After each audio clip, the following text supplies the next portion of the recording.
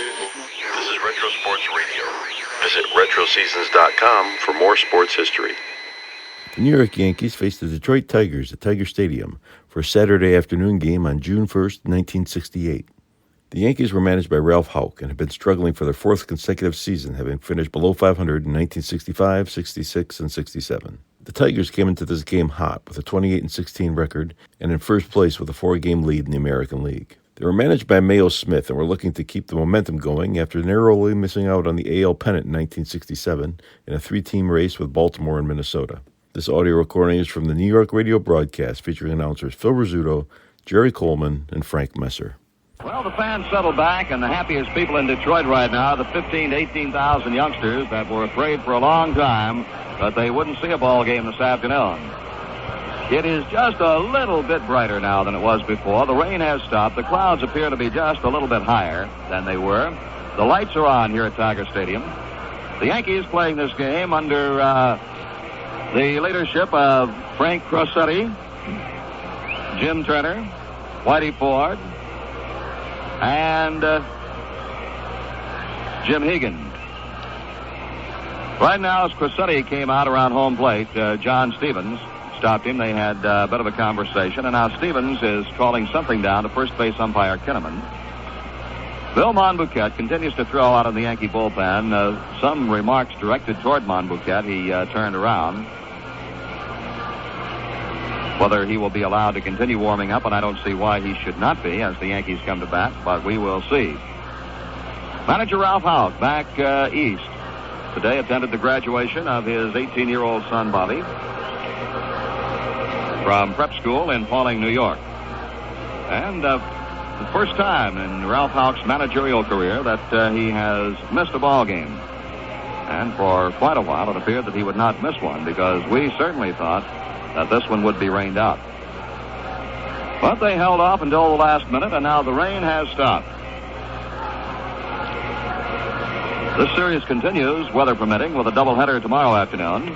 The Yankees will go with a pair of left-handers, Fritz Peterson in one game, and Steve Barber will be making his first 1968 start for the Yankees in the other. The Detroit Tigers will go with Denny McLain, who has won 8 and lost only 1 this year, and probably John Hiller will make his first start after 8 relief appearances. Tigers in a bit of a bind for starting pitchers right now due to an injury to Earl Wilson.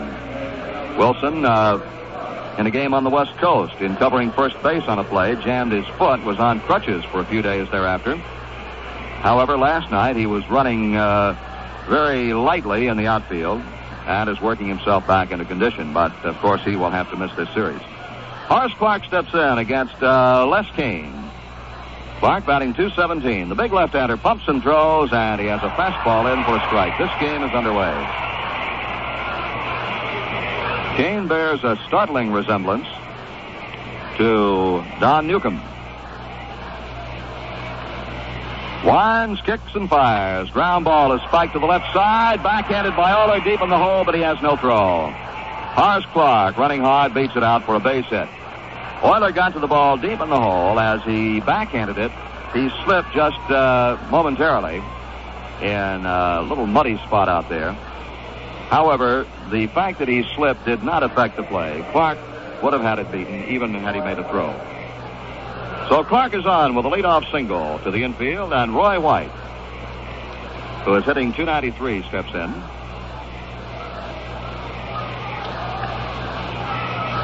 Cain looks to first, Cash holding, and the pitch is foul to the upper deck. Young man up there high in the upper deck on the first base side made a one-hand catch of that ball, and it was hit hard. He just stuck his right hand out, pulled it in very nonchalantly. White's .293 batting average ties him with Andy Costco of the Yankees for 6th place among the American League hitters. Chops a foul ball off the third base side, and a nice trap of the ball by Frank Crosetti.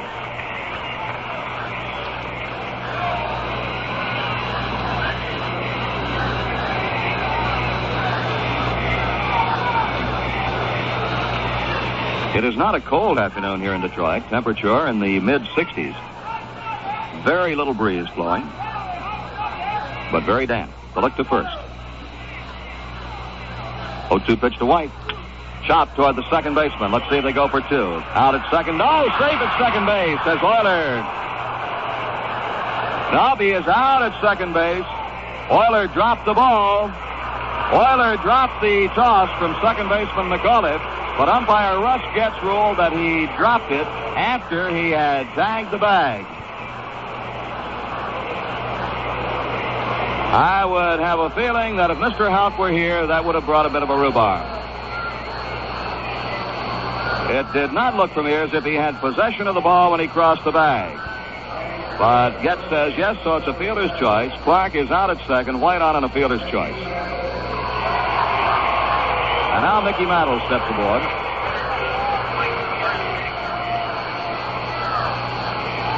Yes, sir, I think if Ralph were here, they might have drawn a bit of a rhubarb.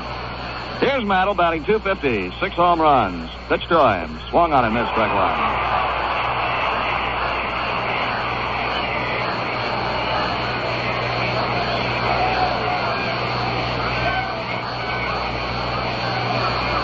It was ruled that Euler did have possession of the ball when he crossed the bag and that he dropped it, transferring it to his throwing hand. Mantle fouls one to the screen behind the plate, strike two.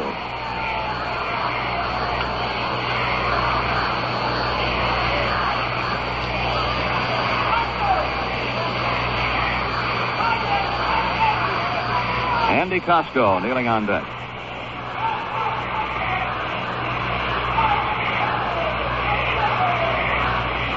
You can hear the kids yelling in the background, "We want an out." There are a lot of them out here. White leads away from first. Cain to Mantle. High. 1 ball and 2 strikes.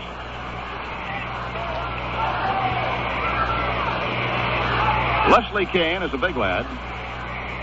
He stands 6'1", weighs in at 200. He appears to be bigger than that. But the book has him 6'1" and 200. He was the Tigers' 4th choice in the June 1966 draft out of El Cerrito, California High School. 1-2 pitch to Mantle.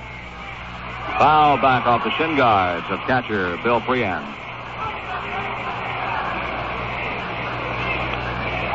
Cain had a year and a half in the minor leagues. He got in 16 games the year he was signed. Then last year he appeared in 33 games for Montgomery of the Southern League.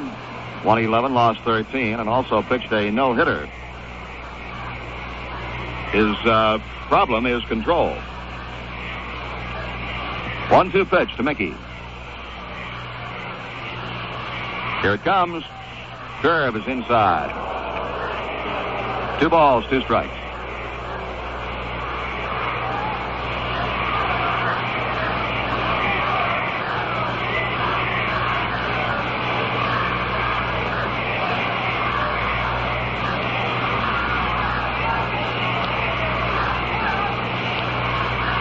White, short lead at first. Cain looking straight at him as he starts his stretch.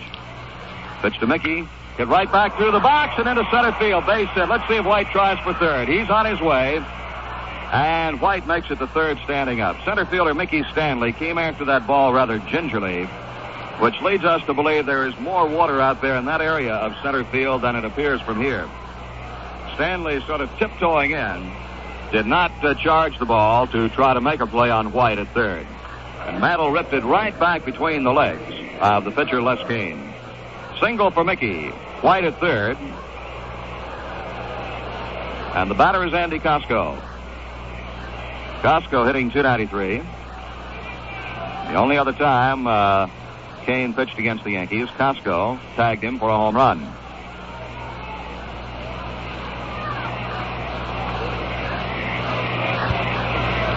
Costco requests second base umpire Russ Getz move a bit out of his line of vision, and Getz takes a few steps to his left. Runners first and third. Pitch to Costco. Foul ball pumped off the third base side. Looking out towards center field, it may be my imagination, but it appears that where Mickey's ball stopped, there's a little bit of a dip, a little sunken spot, which might have collected some water, because ordinarily Stanley would have come in harder for that ground ball. No balls, 1 strike to Costco. Mantle at first, White at third, the pitch.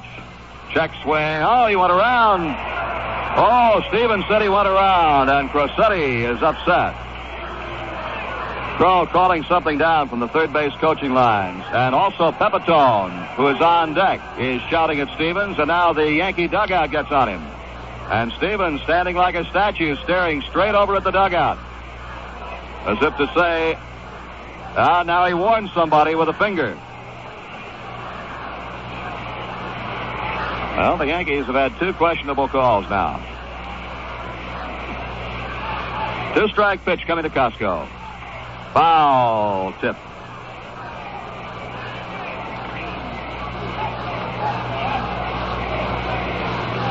Sandy Alper, looking out toward that center field area we were talking about, says there is a drain out there, and that leads us to believe that there is a slight sunken spot. Perhaps the water collected there a little heavier than in other parts of the field. Infield appears to be in excellent shape, protected by the tarpaulin. Cain starts his move. Two-strike pitch to Costco. Here it comes. A ball inside.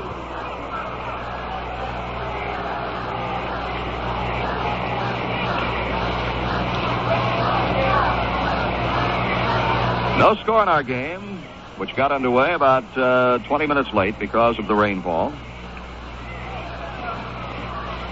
Sky is much lighter now. 1-2 to Costco. Inside, backs him out. 2 balls, 2 strikes.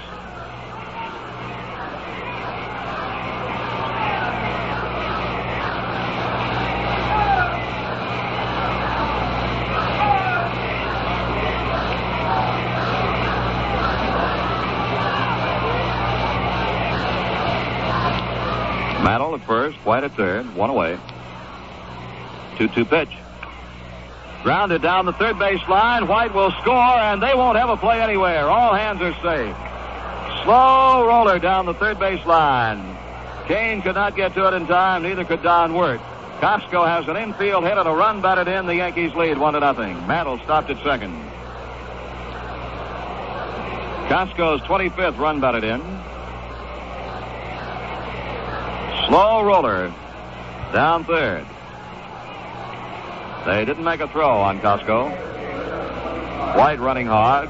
Would have had any play beaten at the plate. And now Joe.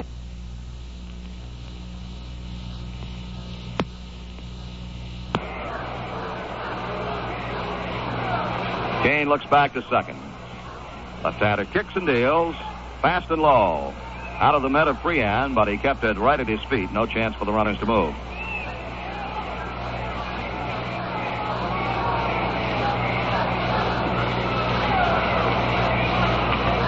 Had it not been for the play at second base a moment ago, the Yankees could have a big inning going.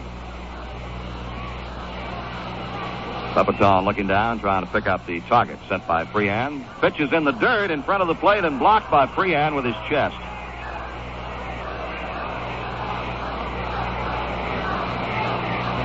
Even though the skies are brightening up a bit, the lights have been on since the start of this game here at Tiger Stadium.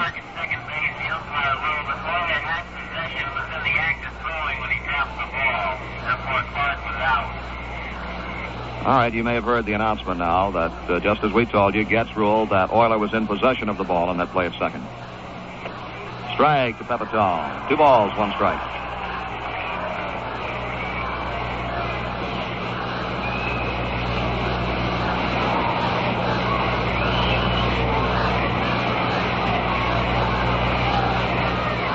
Les Cain sets, kicks, and fires. Pepitone fouls it at the feet of Freehan. Freehan leaned down to pick that ball up, and I think Pepitone tapped him on top of the head with the handle end of the bat, not intentionally.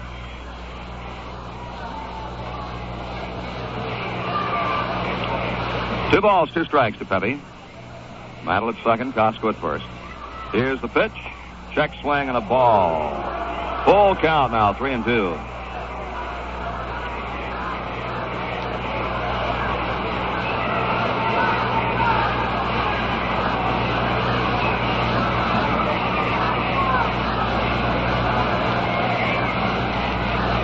Cain in his move.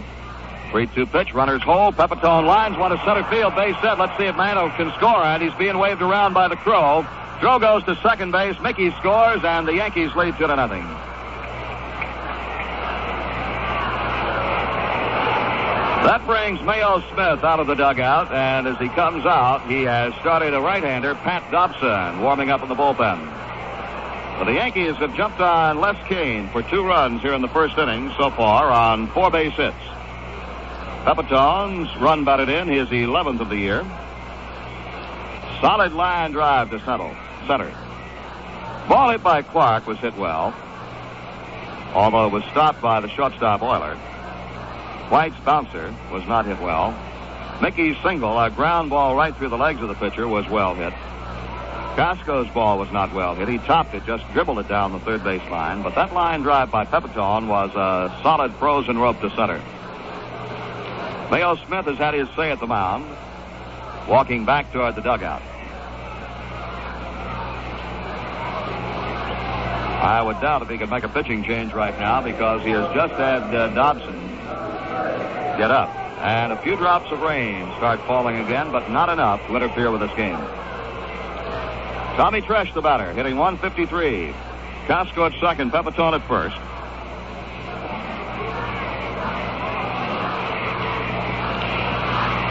Cain kicks and fires outside. Ball 1.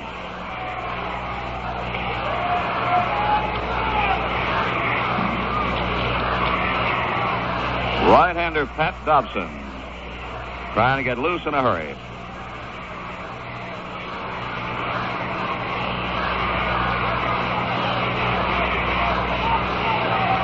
One-0 pitch. Way up high with a changeup. And Freehan had to reach for it. So far here in the first inning, the Yankees have scored as many earned runs off Cain as he had given up in his other ball games, 2. Started this game with an earned run average of 0.82. Fresh takes a swing and tips it into the mitt. 2 balls, 1 strike.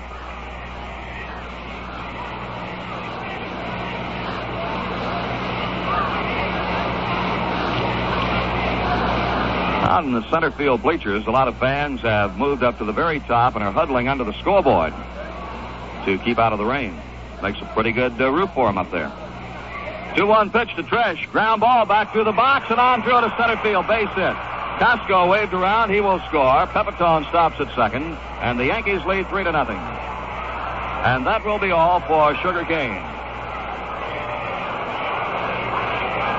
For Tresh, his 18th run batted in. Mayo Smith comes out, and as he does, he waves to the bullpen for Pat Dobson. So the Yankees jumping on Cain for 3 runs on 5 hits here in the first inning. He has retired only 1 man, so Cain works but 1/3 of an inning. The Yankees lead 3-0. And Pat Dobson will come on to pitch to Bobby Cox.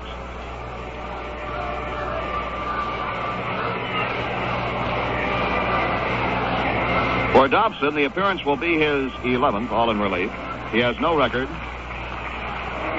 He's pitched 12 innings, allowed 12 hits, 5 earned runs, an earned run average of 375. He's walked 7, struck out 13.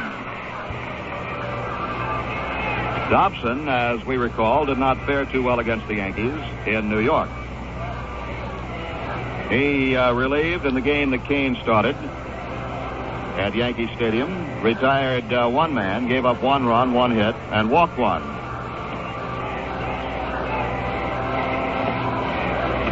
While Dobson warms up, we'll look at the scoreboard for you. Boston scored 2 runs in the first inning. And at the end of 1.5, it's Boston 2 and Baltimore 0. Gene Brabender pitching for Baltimore, and Ray Culp, the starter for Boston. Washington got a run in the first inning at Cleveland, 1-0 at the end of 1. Bosman pitching for Washington, and Stan Williams for the Indians. Minnesota and Chicago are scoreless at the end of 2 innings, with Dean Chance going against Cisco Carlos. And later on, California plays at Oakland, a twilight game. In the National League, only 2 afternoon games. The Mets lead St. Louis 1-0 at the end of 1.5. Ray Washburn pitching for the Cardinals. Nolan Ryan for the New York Mets. 1-0 Mets at the end of 1.5. Later on this afternoon, San Francisco is at Los Angeles. The other National League games will be tonight with Atlanta at Pittsburgh, Chicago at Houston, and Cincinnati at Philadelphia.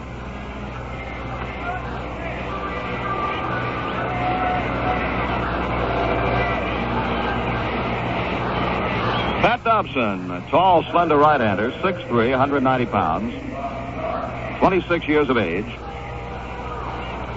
a native of Depew, New York. Bobby Cox steps in against him with Pepitone at second, Tresh at first, 1 out, 3 runs in the bank.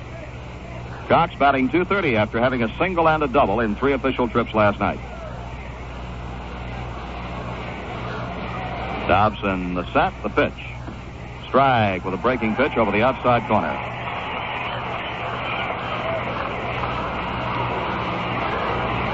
Dobson got in 28 games for the Tigers last year, had a record of 1 win and 2 losses.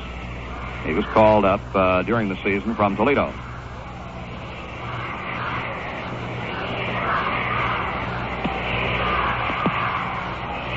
There's a fly ball out into shallow right field. Coming on for it is Northrup. He will not get there. Pepitone's going to try to score, and he will score as the throw goes toward third base. Rossetti, realizing that ball had a chance of falling in, had brought Pepitone well on toward third and then waved him home. And the Yankees lead by a score of 4-0. For Bobby Cox, his 11th run batted in. Tresh now at second, Cox at first. The run is charged to Cain.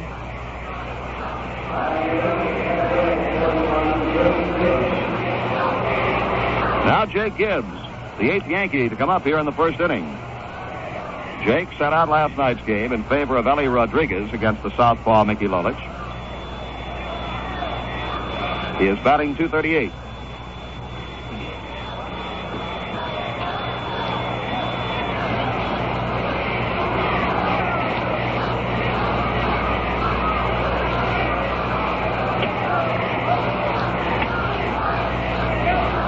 Dobson comes to the set. Here's the pitch to Gibbs. Low, ball 1.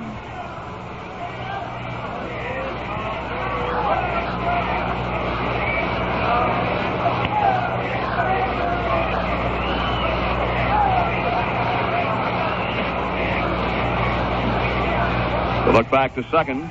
The pitch. Low again. 2 balls and no strikes.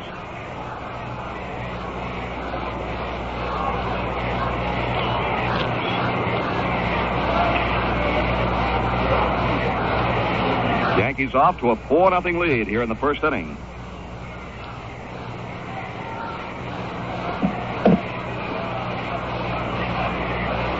Dobson leaning way down to take his sign. Now ready to pitch to Gibbs.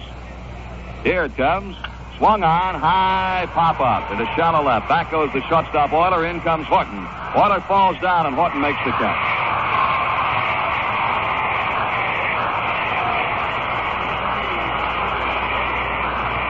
Even though that ball was fairly well out into left field, the umpires had ruled it an infield fly. So there are 2 down.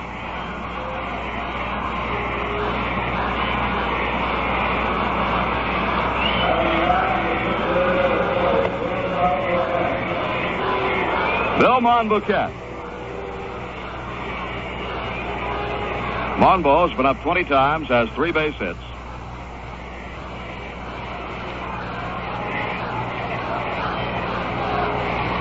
Swings and misses, strike 1.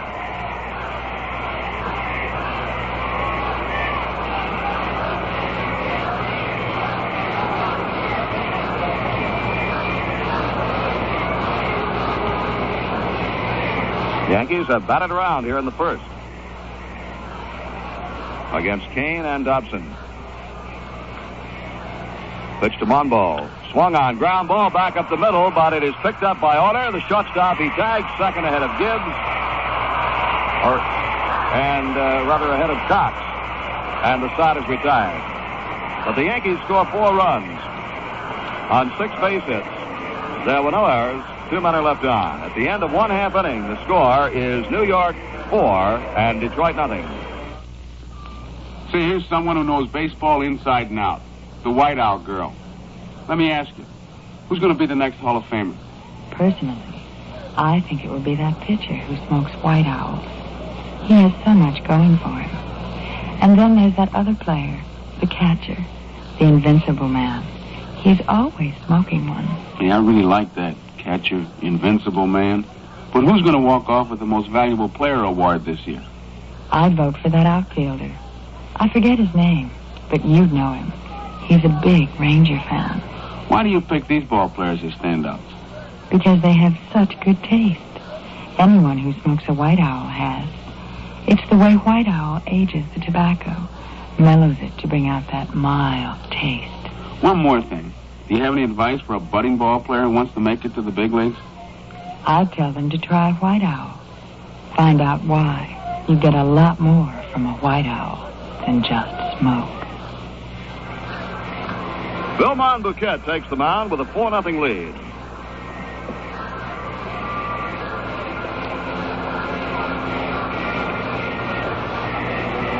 And before he throws his first pitch on New York Yankee baseball, let's pause for station identification. Hi, this is Jerry Ducey. Join me for my telephone talk show, weeknights here at 810 on your dial, WGY Schenectady.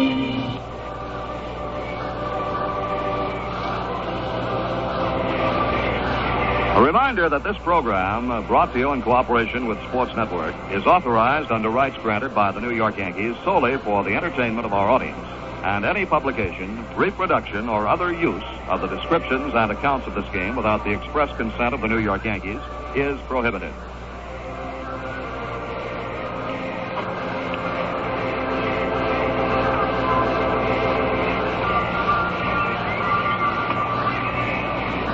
Checking the Yankees out defensively, Roy White in left field, Joe Pepitone in center, and Andy Kosco in right.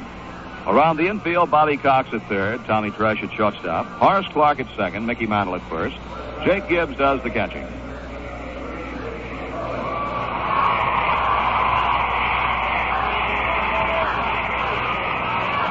Dick McAuliffe, the Tigers' second baseman, leads off.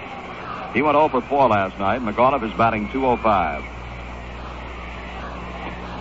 He takes a ball low outside. Tigers have a couple of power-hitting infielders. McAuliffe has 5 home runs, 16 runs batted in, and the third baseman, Don Wirt, has 5 homers and 13 runs batted in. Pitch to the left-hand hitter, low. Ball 2.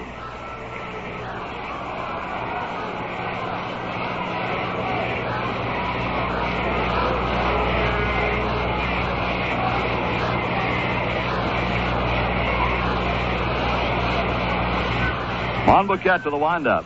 Fires high. Ball 3. Monbo wants another baseball.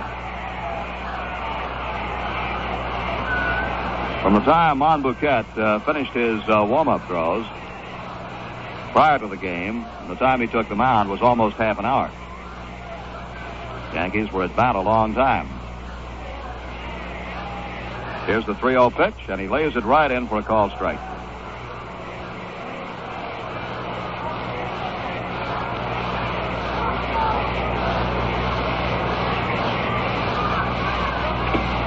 Foul ball back off the chest protector of plate umpire Johnny Stevens. So the count goes full, 3-2. Out in the Yankee bullpen, Stan Bonson getting a little work in.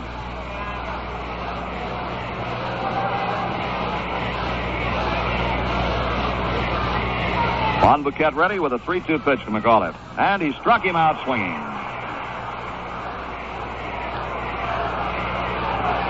Monbouquette's 26th strikeout of the year. This is the 10th start for the veteran right-hander. He has pitched 2 complete games, won 5, lost 3.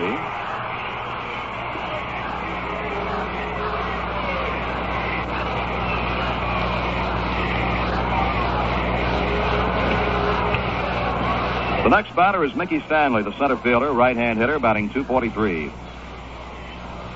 Swings in a curve, and he fouls it down and came back up and hit him while he was still in the batter's box, even though the ball rolled out in front of the plate in fair territory. It was a foul ball when it hit the batter.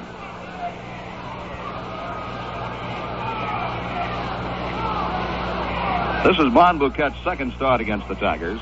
He beat them 2-1, beat Joe Sparma in New York on April 28th, the first game of a doubleheader. There's a line drive at the center field by Stanley. It's in for the base hit. Pepitone surrounds it. Stanley with a big turn goes back into first base.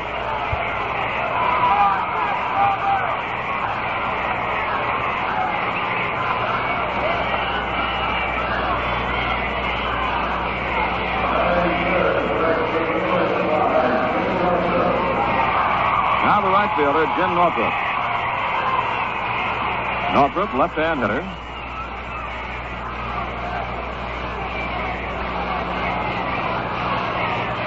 Takes a cut and punches a foul ball off the first base side. It rolls out toward the Yankee bullpen, where it is captured by Stan Bonson.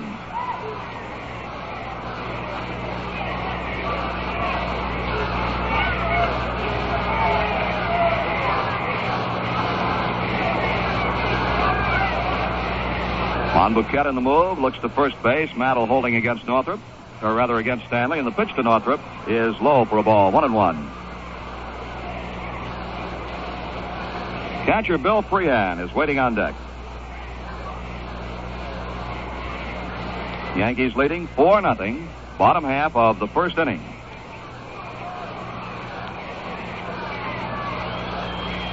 Northrup fouls one back toward the roof.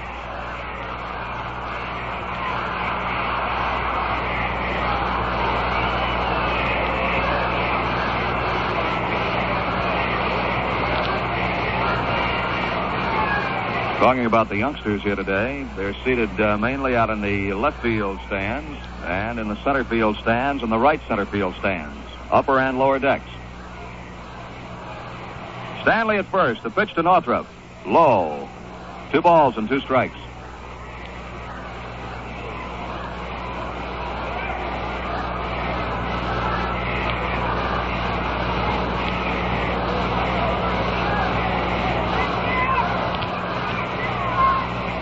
Mombo to the set, and the pitch. Swing and a miss. He struck him out.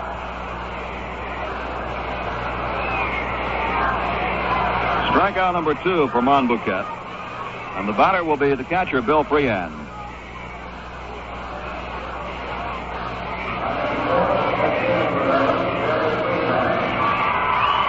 Monbouquette won his 5th game of the year, the second game of the doubleheader last Sunday against the Chicago White Sox. He won the ball game 7-6.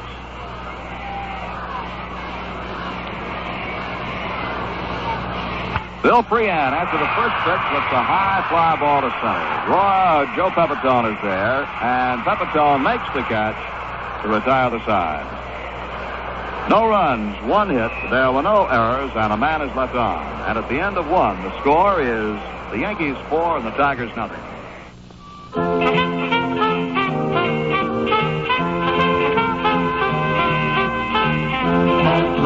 Keeps your car on the go. There's fun and excitement along the way as well as when you get there. When you fill up with Atlantic Imperial gasoline and follow the Imperial Road. Forget about how your car will run. Atlantic Imperial gasoline helps keep it running the way it was made to run, wherever you go. Your drive will come alive when you take the Imperial Road. Pack more fun in your trip and get on the Imperial Road with Atlantic Imperial gasoline. Atlantic keeps your car on the go.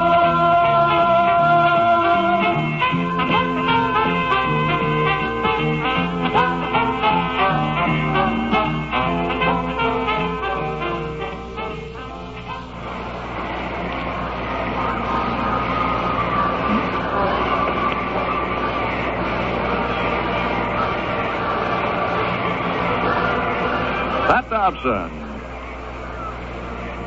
Ready to pitch to the top of the Yankee batting order. The Yankees batted around in the first inning, scoring 4 runs on 6 hits.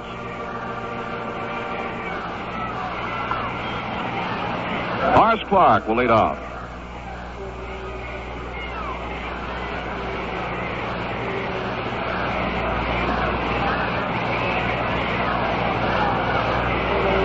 Clark and an infield hit. leading off the first. Looks at a pitch down low for a ball.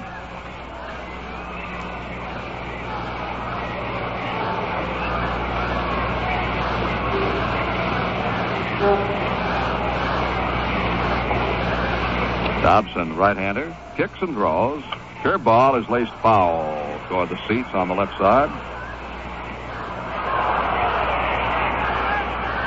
Boy, a youngster down there playing that ball as it bounced off the something in the stands, reached out with a glove, couldn't get it, but his buddy was there barehanded, kept it from going on the field. And between the two of them, they saved the souvenir.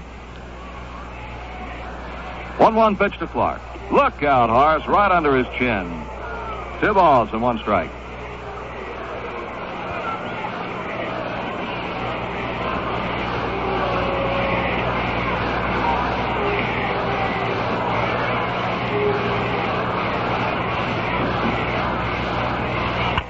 Horace sends a little number on the first base side of the mound. Dobson picks it up, throws to Cash in time.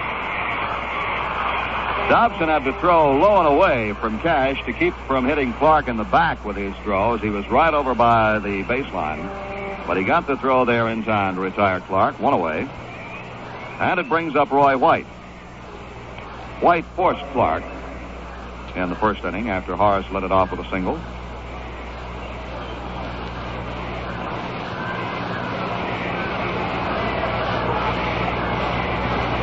Dobson, no windup.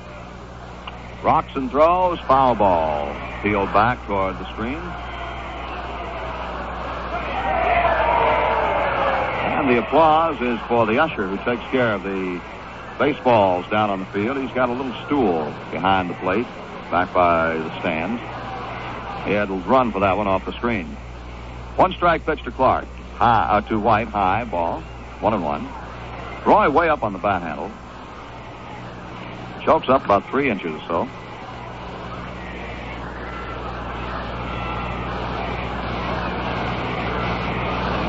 Dobson's pitch. Cut on, popped up on the right side. Coming over the second baseman, McAuliffe. And the outfield grass makes the catch. 2 down. And here is Mickey Mantle. Mickey in the first inning sent a ground ball back through the legs of starter Les Cain. They went on through for a base hit. Mickey then came in to score the second run of the inning for the Yankees.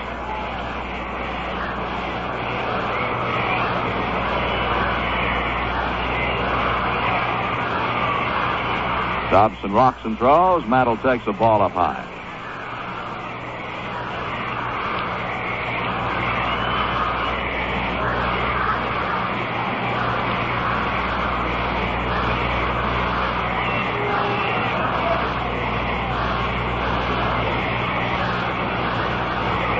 Dobson's pitch. Strike over the inside corner at the knees.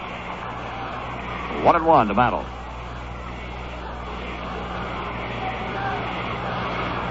We're in the top of the second. Swing and a miss by Mickey.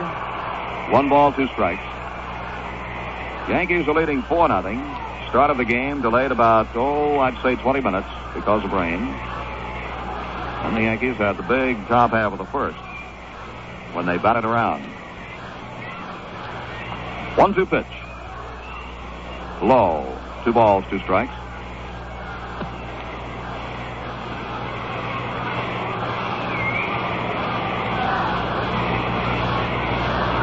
Ball got loose down in the Yankee bullpen where Bonson is still just loosening out leisurely.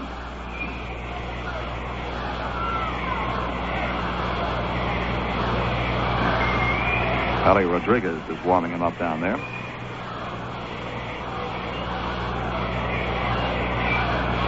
Now Dobson in the move.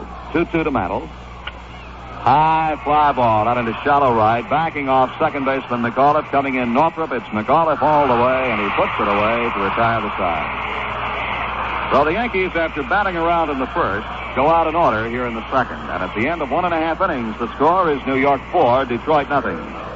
Here she is, the ladybird of the cigar world, the White Owl girl.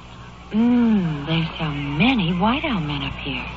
See that pitcher warming up? Nerves a piano wire. He's my choice to win the big game. He smokes White Owl Rangers, the tall, slim one. Fits his image. See that short, fat guy in the bleachers? The one with the Beethoven sweatshirt, blowing the bugle? Yeah. What if he smoked the White Owl Ranger? Well, at least he would stop blowing the bugle. Remember the day you quit playing baseball? Yeah, I remember. The manager was so happy he handed out White Owl New Yorkers to everybody. Naturally. It's the big cigar for the big moment. Big moment, huh? Say, last year, a 20-game pitcher I know ran out of White Owl Invincibles. The cigar that makes you feel that way. How awful. That was the day he got knocked out in the first inning. Could it be that... You're right, Joe. You know you get a lot more from a White Owl than just smoke.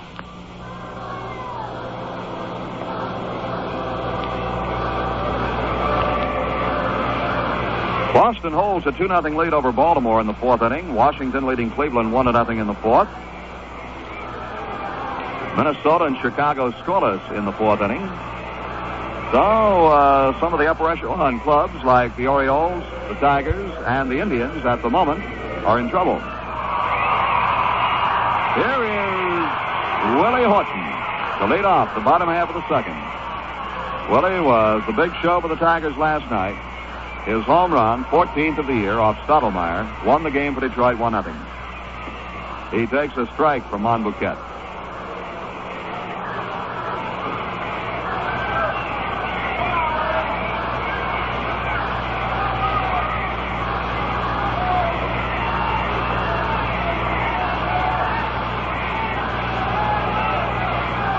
Monbouquette has given up 3 home runs this year. Time called by third base umpire Hank Soares. Again, a baseball got loose in the Yankee bullpen, and the usher out there in the right field corner retrieved it. Monbouquette gave up a home run to Repose, Brooks Robinson, and Tom McCraw. Horton swings, sends a line drive out to left center field. It gets by Pepitone, bangs off the railing. Pepe retrieves it, and Horton skips into second base for the double.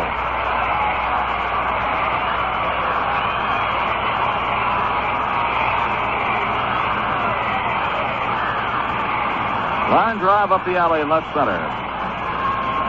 So Horton has base hit number 2 for the Tigers, and his 7th two-bagger of the year. The batter is first baseman Norm Cash.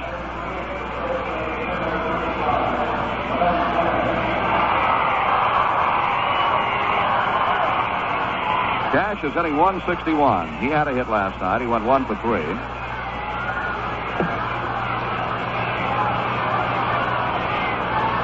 They shade him around to the right side on the infield. The outfield pretty much straight away. On-ball throws a curve that's fouled back over our broadcast booth. And it comes to rest somewhere in the upper deck. In somebody's pocket.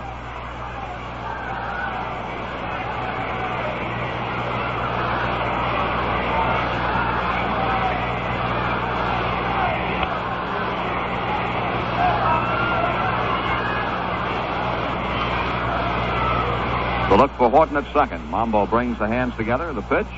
Slow curve drops in for strike 2.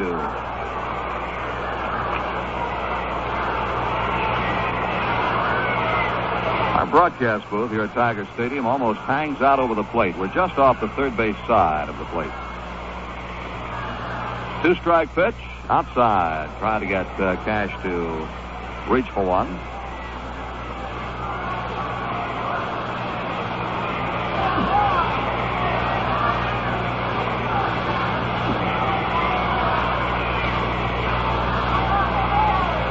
Horton at second, nobody out. A ball and 2 strikes to the left-hand hitting Norm Cash. Here comes the pitch. Inside, drives him back off the dish. 2 balls, 2 strikes.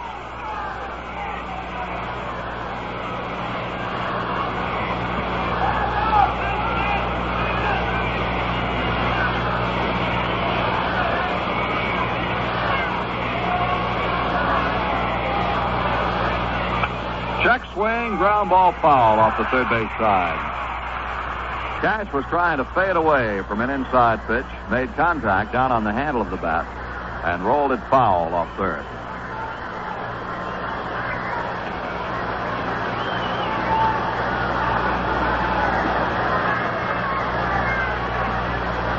As Cash comes back to the plate, we'll remind you that we'll be on the air at 1:25 tomorrow afternoon with the first game of the doubleheader between the Yankees and the Tigers. And, of course, we will broadcast both games of the doubleheader.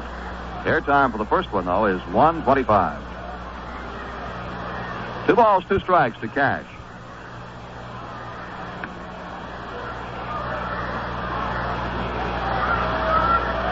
Horton leads away from second. Monbouquette looks back. Now the pitch. Outside. Ball 3 and a full count.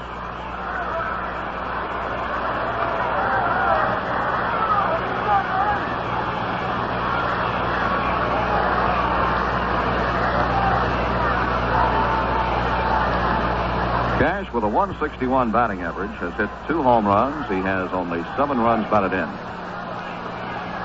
Off to a very slow start this year for Detroit.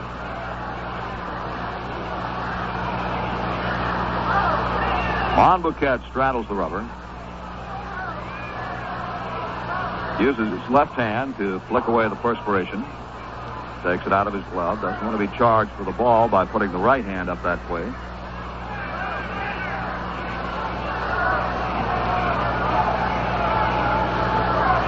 Now we're ready. 3-2 pitch coming. Walked in, ball 4. Monbouquette with that soft breaking pitch. Missed upstairs with it, and Cash is on. First walk given up by Monbouquette. So the Tigers have runners at first and second, nobody out. And third baseman Don Wirt steps in.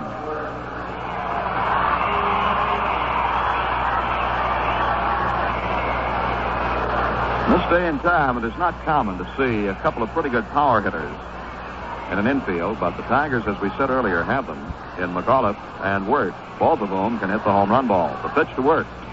Strike on the inside corner at the letters.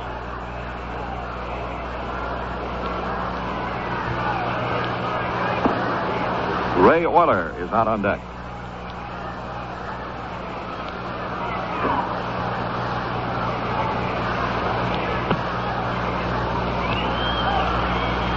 One pitch. Ground ball back to the box. Monbo throws to second for 1. Clark back to first. It's a double play. Horton goes to third. The Yankees come up with the big double play, going from the pitcher Monbouquette to Horace Clark to Mickey Mantle.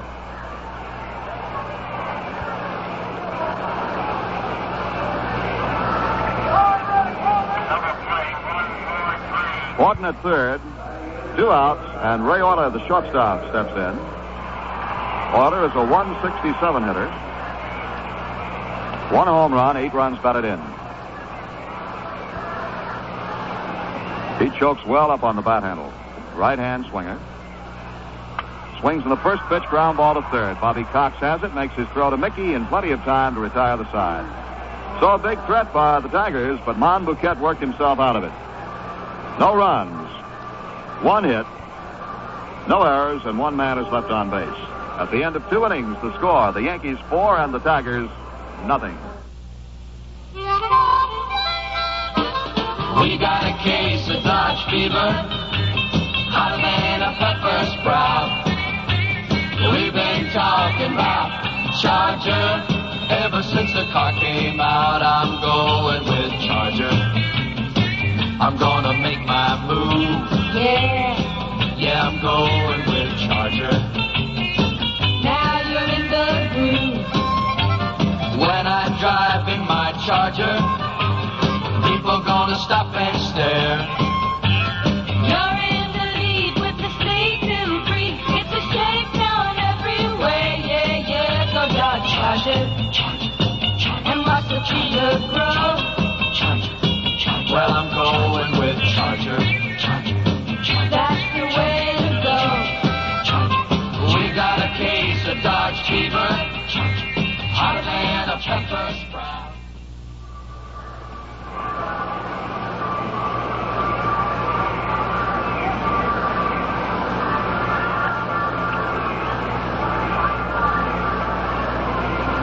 Andy Costco will lead off the top of the third inning for New York. Costco stood out there by the plate and watched right-hander Dobson throw his warm-up pitches. Then as Dobson finished the warm-up throws, Costco went back to the on-deck circle to get the rosin bag. He snaps a look down to Crossetti before he steps in. Costco beat out an infield hit in the first inning, batted in a run, and he also scored a run.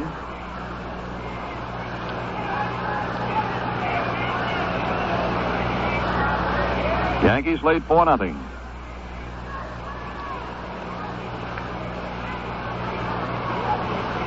Dobson's first pitch, outside, ball one.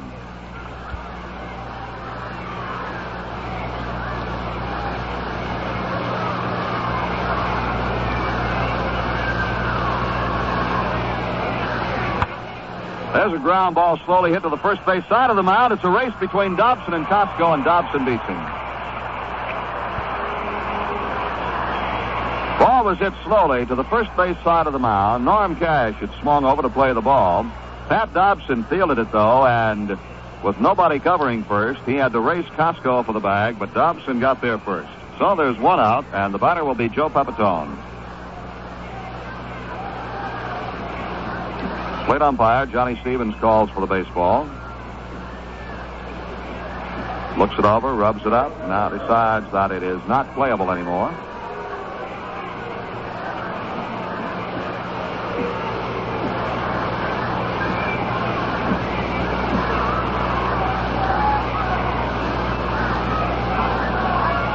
Pepitone had a single line drive to center field in the first inning. Takes a strike one.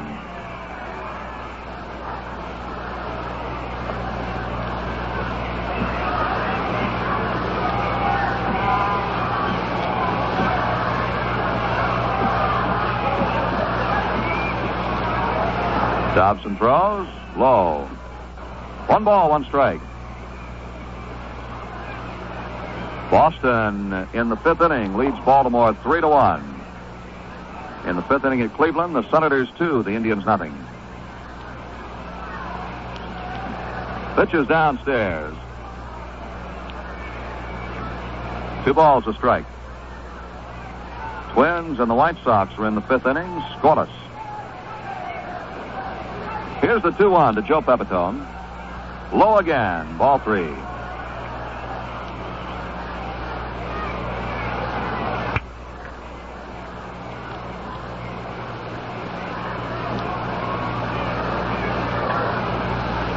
Yankees sitting on a 4-0 lead here in the 3rd. Foul ball bounced first base side. Full count, 3-2 to Pepitone.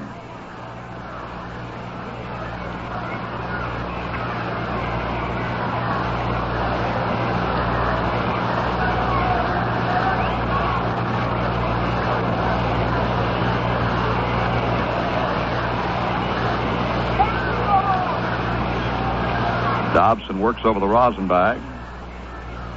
Now looks into Freehan. Kicks and throws. There's a high fly ball out into shallow center. Behind the bag at second. McAuliffe, the second baseman, is there. Makes the catch.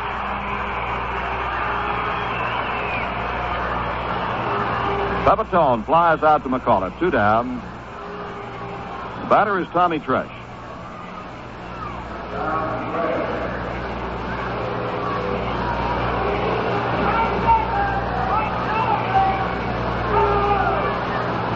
Tresh had a single his first time up and batted in a run, his 18th RBI of the year. Takes a pitch outside, ball 1.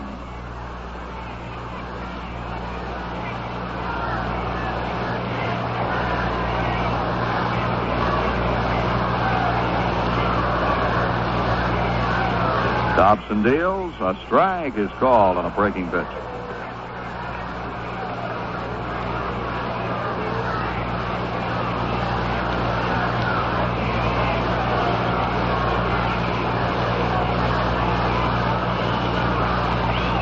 There's a drive deep right field, but it is curving foul. Off the facing above the upper deck here at Tiger Stadium, but foul. Tresh got the fat part of the bat on it, but it was full foul. Down the right field line here at Tiger Stadium, it is 325 feet to the foul pole. Down the left field line, it is 340. So the left-hand hitters get a bit of a break.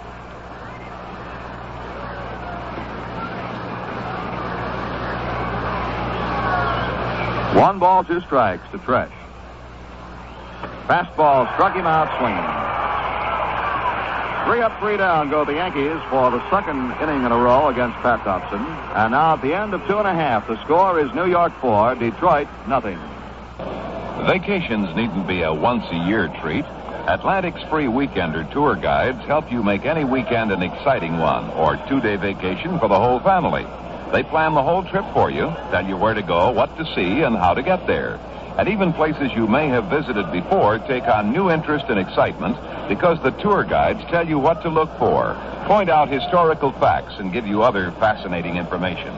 Each weekender tour guide has several short trips in one particular area, carefully planned to include many different points of interest and still get you back home in plenty of time for your favorite evening TV program.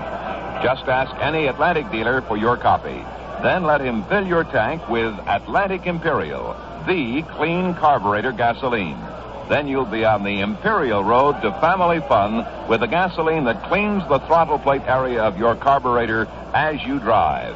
Atlantic Imperial.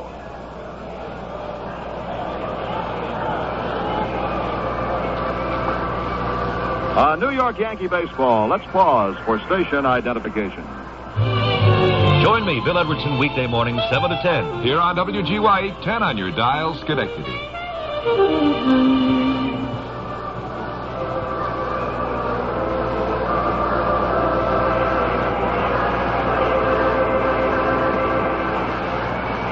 Bottom half of the third inning here at Tiger Stadium. And the pitcher, Pat Dobson, leads off for Detroit. He's a right-hand batter.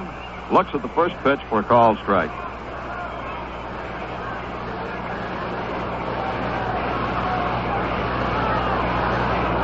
Monbouquette winds, deals, ground ball right back to the pitcher. Monbo has it on a big hop, throws it over to Mantle in time to get Dobson. 1 up, 1 down, and we go to the top of the Tiger order for Dick McAuliffe, the second baseman. Monbouquette struck him out in the first inning after going behind 3-0.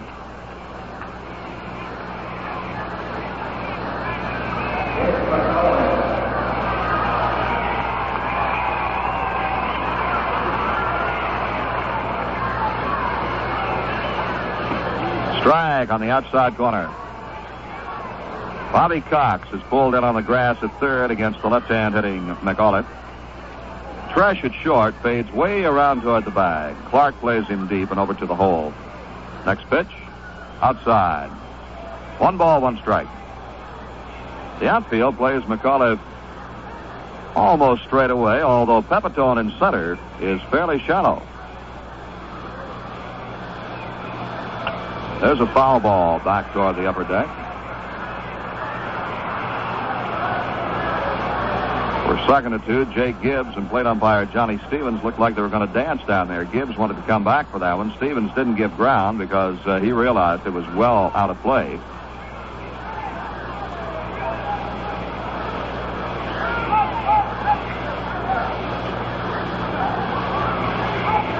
Next pitch, low. The count goes to 2-2 on McAuliffe.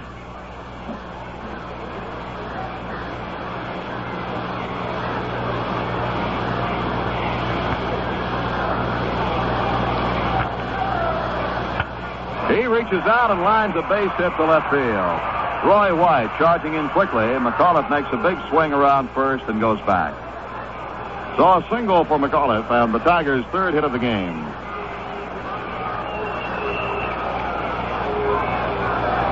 Monbouquette working the ball away from McAuliffe. And Dick reached out for it and drilled it to left.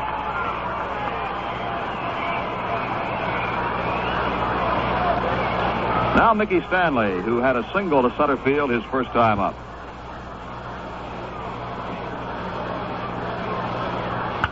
Swings on the first pitch, looks a high fly ball out into shallow right. It could be trouble. It's going to fall foul and out of the reach of Costco.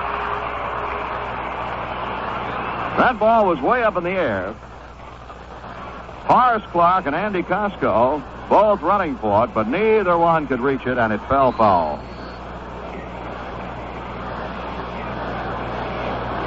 The Yankees did not play Stanley to go to right field. Costco was well over toward the right center field alley, and he is back in the same spot. A lot of ground in right field for Stanley. One strike pitch. Line drive, past Cox into left field, base hit. Roy White gets to the ball quickly, fires into third, and he holds McAuliffe at second on Stanley's line single to left. So again, the Tigers build a threat in this ball game with runners at first and second, one out. The batter will be Jim Northrup, the right fielder and a left-hand hitter.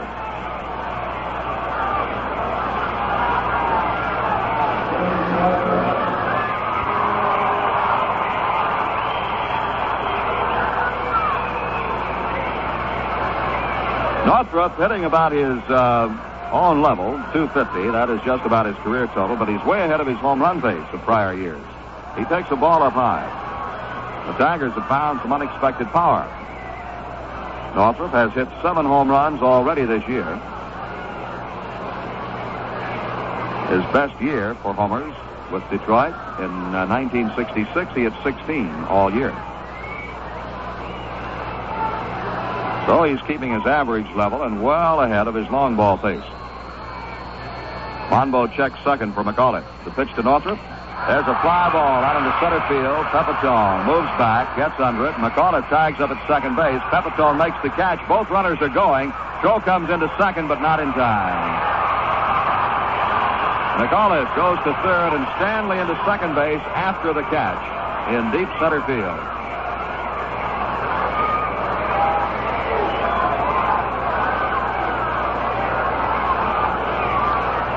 Tigers figuring that Pepitone's throwing arm might not be completely strengthened from the break he suffered earlier this year. So they had both runners tag up and move. As it turned out, it was a good move because now 2 men are in scoring position.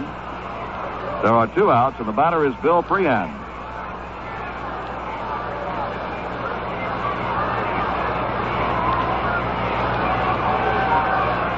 Freehan flied out to center his first time up.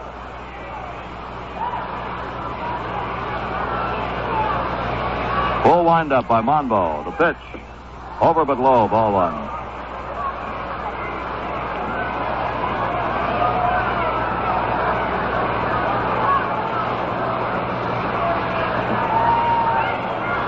Sky is much brighter now, although it is still overcast. 1-0 to Freehan. High. He had a notion to go for that one, but then checked his swing. Made that little pitch. Pitch was right up in his eyes. 2 balls, no strikes.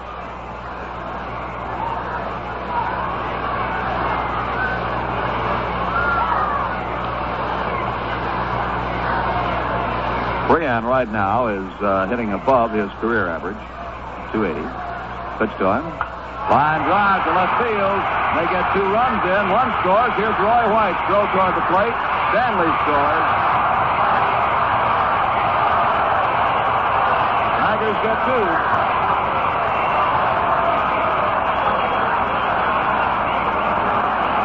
Freehan with a line drive single to left field.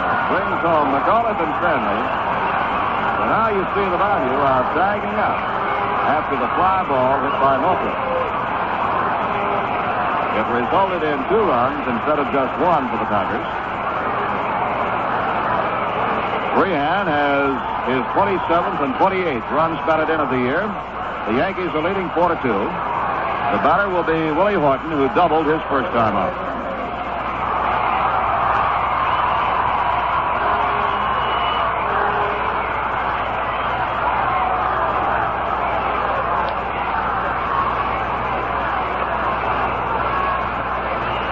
Horton has never hit 300 in a full season in the majors.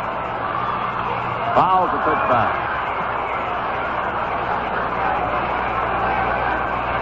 However, right now he is batting .317. He has 14 home runs.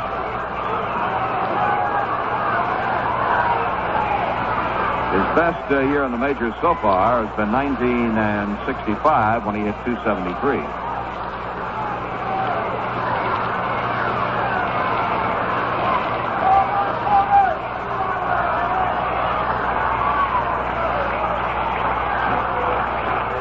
Not holding against Freehan at first base. And the one strike pitch to Horton. Low and away with a breaking ball. 1-1.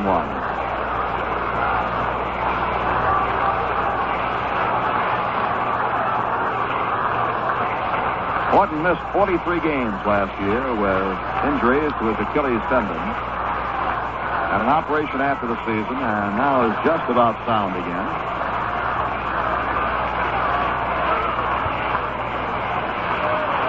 1-1 pitch to him. Inside, spun him back. 2 balls, 1 strike.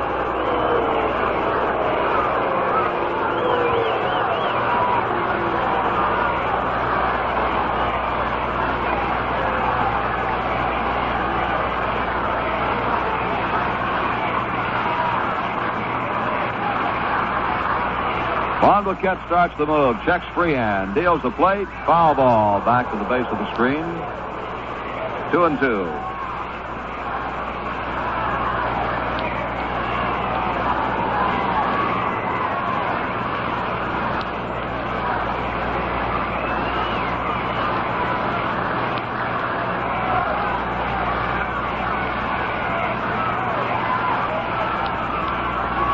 A lot of Boy Scouts and Cub Scouts out here this afternoon, too, among these 15,000 or so youngsters. They got their banners identifying their packs. Ground ball foul, third base side. Bobby Cox got to it behind the bag, but it was fouled by a foot. Bill Freehan bouncing along and raced all the way to second. Gallops back to first base.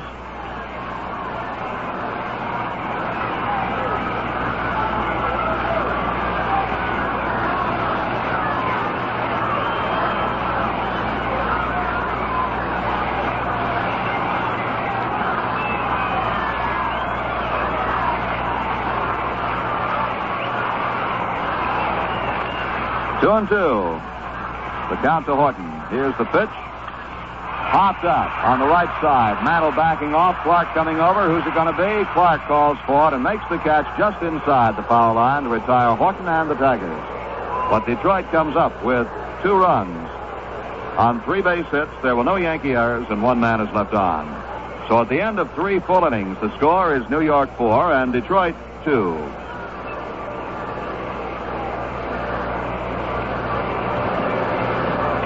Totals in this game for the Tigers: 2 runs, 5 hits, no errors. For the Yankees, 4 runs, 6 hits, no errors. Elsewhere, it's Boston 3, Baltimore 1 in the bottom half of the 5th inning. Bruce Howard has replaced Brabender on the hill for Baltimore. Rico Petrocelli and Ken Harrelson have homered for Boston. Now, Harrelson's homer has come in the 5th inning with a man on, and Boston now leads as we get the 5th inning score 5-1. Boston 5, Baltimore 1, end of 5. For Harrelson, his 10th home run of the year. Washington 2, Cleveland nothing at the end of 4. Ken McMullen added Washington's 2nd run with his 10th home run of the year with the bases empty in the 4th. Bozeman against Williams. Minnesota and Chicago still scoreless in the bottom half of the 6th inning. Dean Chance pitching for Minnesota. Cisco Carlos for the Chicago White Sox. And in a twilight game, California will play at Oakland. Over in the National League, the New York Mets lead the St. Louis Cardinals 3-1 at the end of 4 innings at Shea Stadium in New York. Ray Washburn started for St. Louis, and Nolan Ryan for the Mets.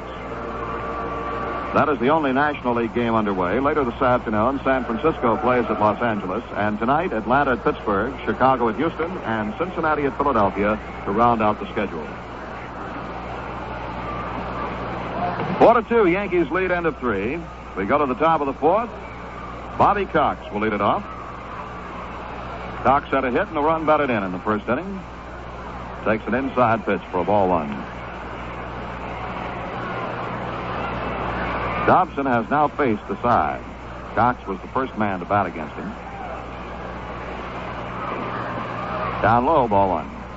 Ball two. 2 balls, no strikes.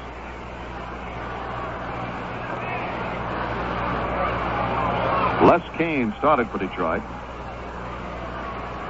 Faced 6 batters, gave up 5 base hits, and was charged with all 4 runs. Cox takes a strike. He had shortened up on the bat handle, but was looking at the pitch all the way. 2-1.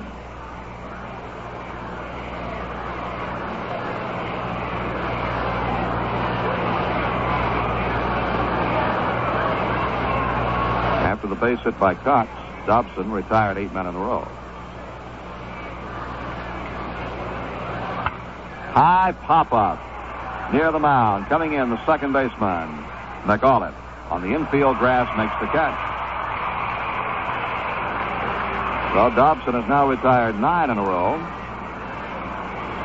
with only Jake Gibbs hitting the ball to the outfield. Since Dobson came on to pitch, there have been 4 pop-ups to the second baseman, McLain. Here's Gibbs, fly to left field, his first time up.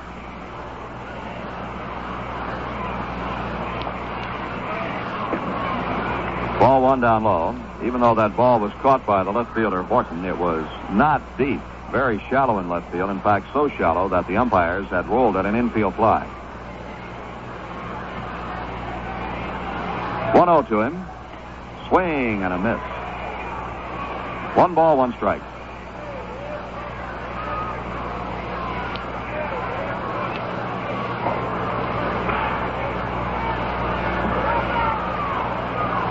Yankees 4 runs, 6 hits. Tigers 2 runs, 5 hits. There have been no errors in the game. Dobson steps back on the left foot, kicks and throws. Gibbs swings and misses, and the count is 1-2.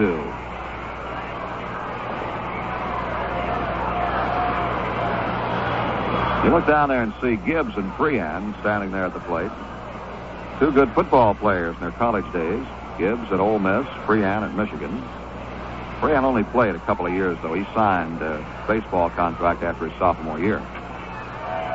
Gibbs punches one down the first base side. The race is on again, and Gibbs is out as Cash makes a diving stab at the bag, and Gibbs is carrying the argument now to Bill Kinnaman. Gibbs and Whitey Ford protest the call. Gibbs thought he had it beaten. So did Whitey. Kinnaman says no. Norm Cash fielded that ball about 5 feet from the bag and dove for first and stabbed it with his glove.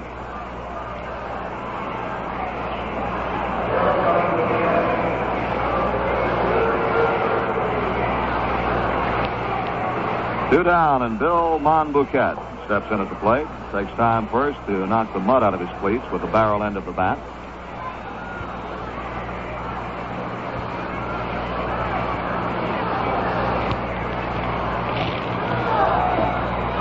Monbouquette steps away and takes a fastball down low. Ball 1.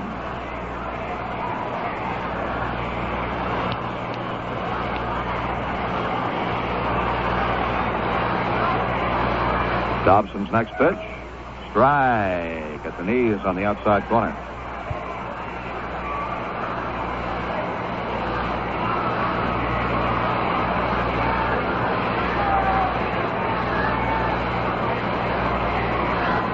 The 1-1 offering. Swing and a miss. Strike 2.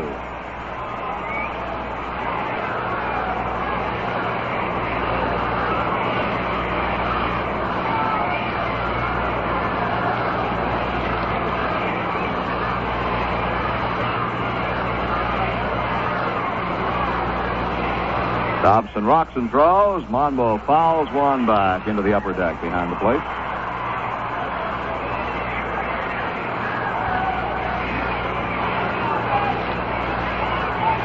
The stands here at Tiger Stadium rise rather steeply. Some excellent views of the ball game. Fans pretty close to the action. Now the 1-2 to Monbouquette. Strike 3 is called. Curveball dropped in, and Monbouquette is called out. So for the third inning in a row, Pat Dobson, 1-2-3 is the Yankees. And at the end of 3.5 innings, the score is New York 4 and Detroit 2. Arrow shave saves your face as you shave your face. That's Arrow Shave, the face saver. A man's face needs protection shave after shave. And Arrow Shave protects with its special skin and beard conditioners. Your face looks better, feels better too. Arrow Shave saves your face as you shave your face. That's Arrow Shave, the face saver. If you're a college man with a desire to fly, which do you want to be, aviation specialist or leader of men? As a Marine aviator, you will be both. Given the time-tested ways of Marine leadership and the finest flight training on Earth, leadership and flight, they're inseparable for the man who wears the wings of gold of Marine aviation and the bars of the Marine officer. Win the Eagle, Globe, and Anchor of a United States Marine.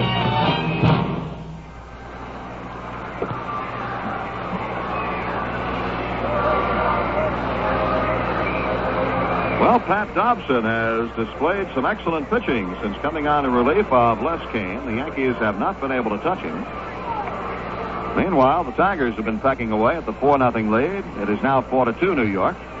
And Norm Cash, Don Ward, and Ray Orler will be coming up here in the bottom half of the fourth.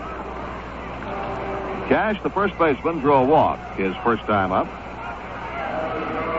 The only walk given up by Monbouquette in this game.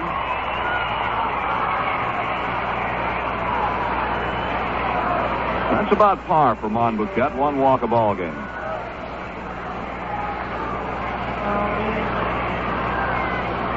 Cash pushes a bunt down the third baseline. Monbo has it, makes his throw. Got him. Out at first base. A lot of action all of a sudden as Norm Cash pushed a bunt down the third baseline. It looked like a dandy, but Monbouquette, with some excellent fielding, got to it quickly. Fired to Mantle. His throw got there on one hop. Mantle had to play it on the short hop, but he played it neatly at first, and Cash is out.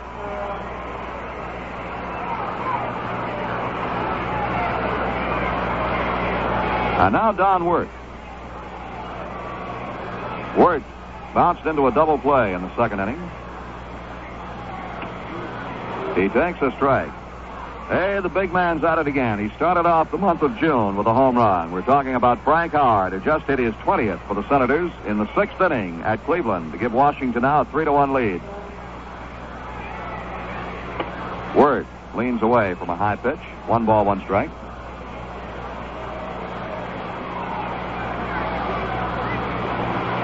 Well, Howard hit 15 home runs in the month of May, 3 shy of the 1-month record set by Rudy York years ago, but he started off June with a home run. Pitch to Wirth, line drive to the shortstop, Tresh, who snags it for out number 2. 2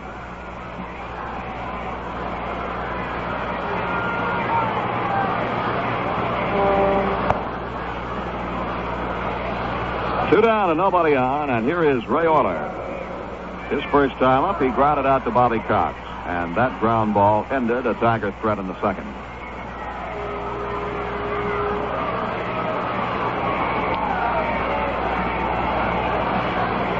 Wind up in the pitch. Check swing, strike call.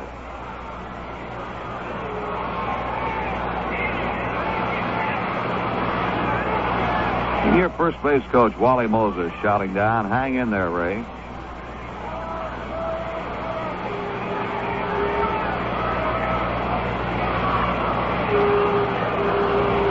Wind up by Monbouquette. 1 strike pitch. Swing and a miss, strike 2.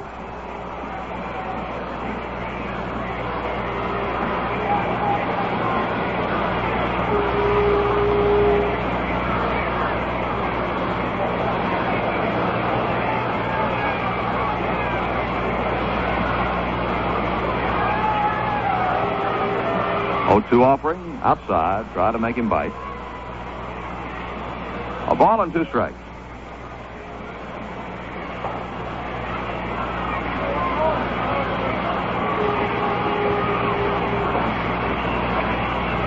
Foul ball back toward the roof.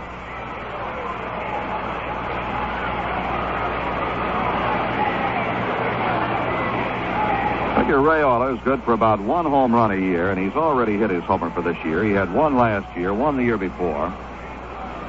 Had 8 in his major league career. His pitch, foul ball. Grounded off the third baseline.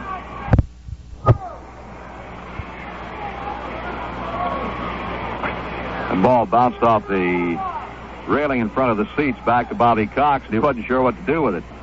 Wanted to throw it to Monbouquette, and then he started to throw it to Cuccinello, the third base coach for the Tigers. Finally, Hank Soar said, "Here, I'll take it." Soar looked it over and tossed it out of play.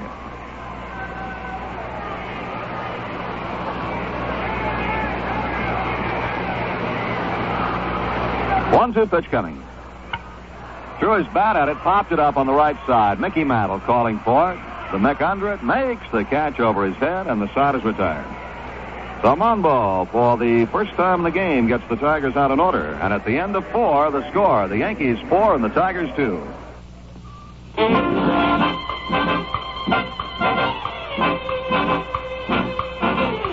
Atlantic keeps your car on the go. Atlantic keeps your car on the go. Atlantic keeps your car on the go. There is so much you can see. Go, the view is fine and it's free. There's more to driving than simply getting there when your car runs the way it was made to run. Atlantic Imperial gasoline helps it do just that along the Imperial Road. Atlantic keeps your car on the go. Whenever you hit the road, make it the Imperial Road. Every road you travel becomes the Imperial Road with Atlantic Imperial gasoline.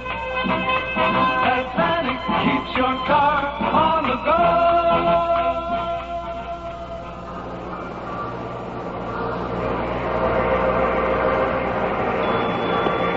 Here we go to the top of the 5th and the top of the order for the Yankees. Pat Dobson has done an excellent job in relief for Detroit. He has retired 11 men in a row. He came on in the first inning after Les Cain had faced 6 men and retired only 1. First man Dobson pitched to, Bobby Cox drilled a single to bat in a run, but then he has retired 11 straight since then, and here's Clark. Horace runs up as if to bunt and takes the pitch low for a ball.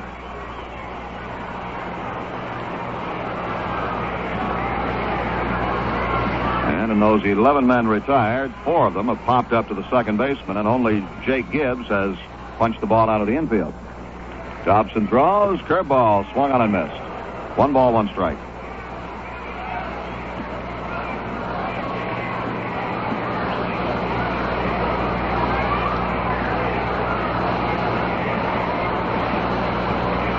One pitch, swung on and missed again, strike 2. Yankees scored their 4 runs on 6 singles by Clark, Mantle, Costco, Pepitone, Tresh, and Cox.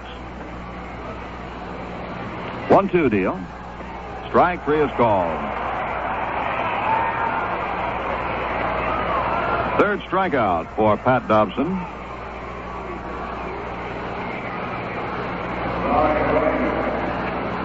Roy White reached on a fielder's choice in the first inning, scored the first of the 4 Yankee runs.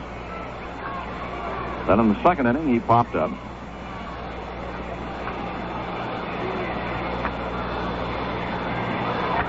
Dobson's curve is in the dirt. Ball 1.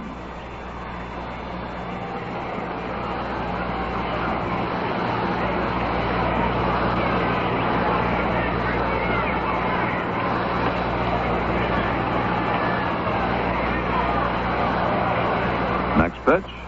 Strike is called. And it's 1 ball, 1 strike.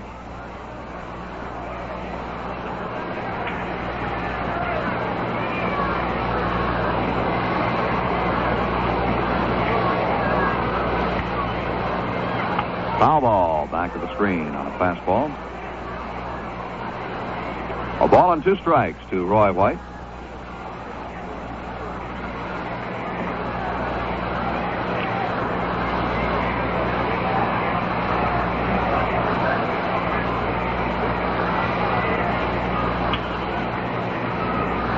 Dobson fires.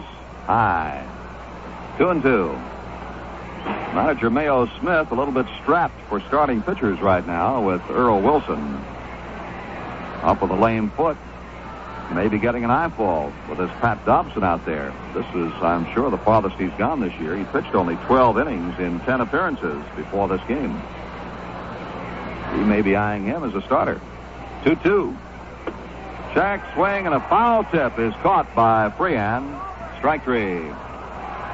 Roy White is out on strikes. Strikeout number 4 for Dobson. On New York Yankee baseball, let's pause for station identification. Hi, this is Jerry Ducey. Join me for my telephone talk show, weeknights here at 810 on your dial, WGY Schenectady.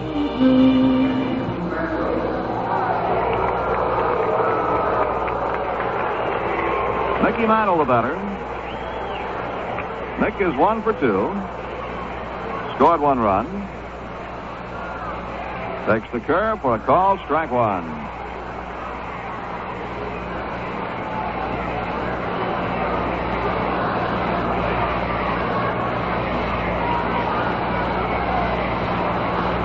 Two outs and nobody on. Infield back deep to the right side. Mantle fouls one back.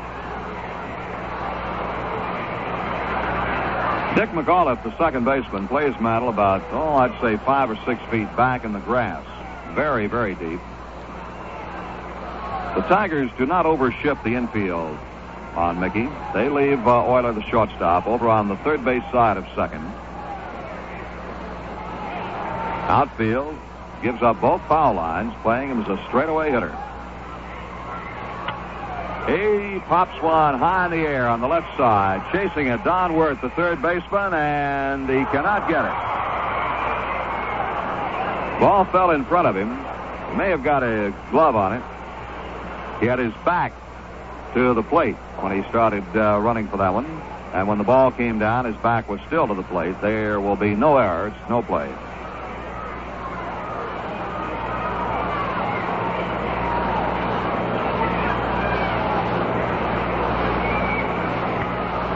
No balls, 2 strikes to Mantle.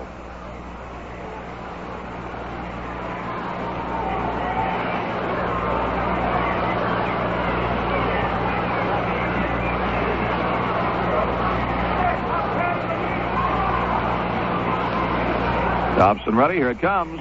Outside. 1-2.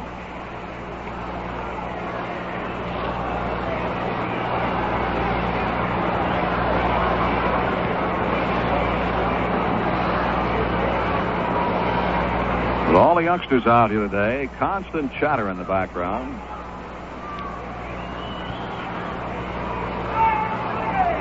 One-two pitch coming. There's a drive deep to right field. If it's a fair ball, it's a home run, and it is a foul ball. Oh, it just missed the foul pole by an inch. A line drive to the seats in right that couldn't have missed the foul pole by more than an inch. Bill Kinnaman called it immediately. Mantle, who had started down the first base line, saw it, so did Ford. Just missed the foul pole. Dobson can heave a sigh of relief.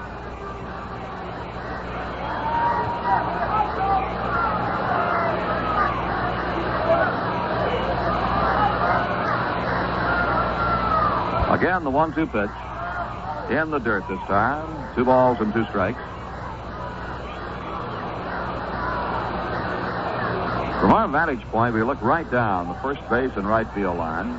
And that's by more than, just inches. Or less.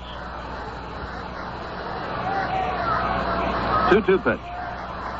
Ball 3 outside.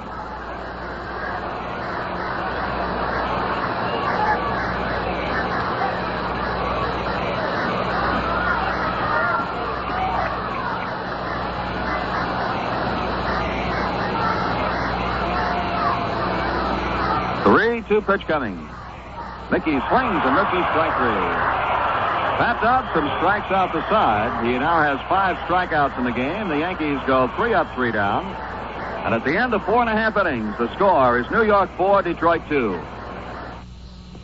Tipperillo asked the American people what they thought of the world's first menthol cigar. New Tipperillo M with menthol.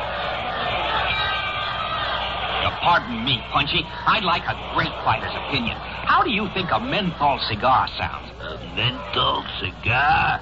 Oh! My friend, how do you think a menthol cigar sounds? Then we got wise and didn't mention our cigar was menthol. Excuse me, sir. Before you go, would you like to try this new cigar? If it's free, buddy. Here, let me light it for you. You like it? Yeah, I like it. It's great. I like it. You really like it? I told you I like it. I like it. Yeah. It's a great cigar. cigar. It's cool. It's mild. What'd you say it was called again? Well, I guess we'll have to call it the Great Taste. It sounds terrible. New Tipperillo M with menthol. Hey, buddy, were you in a fight? You look terrible. Well, we've reached the 4.5 inning mark, and that means I'm going to step out of here, and Phil Rizzuto's going to come in. Phil, the way that Pat Dobson is pitching out there, Mayo Smith may have started the wrong man today. Well, that's right, Frank. I was thinking a lot of times pitchers get their big break when they're put in when they least expect it, and that's got to be the longest that Dobson has pitched all year. Because prior to today, he had worked in 10 games and only pitched 12 innings. All right, here's Dobson up there now. Swings and misses. At a curve, strike one. He actually waved at that curveball. It wasn't a good cut. This is only the third official at-bat for Dobson this year. Tall right-hand batter. Whoop, just outside. 1-1. Mambo wanted that one.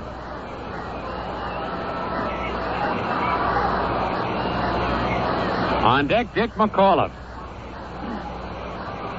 Foul. Back upstairs and out of play.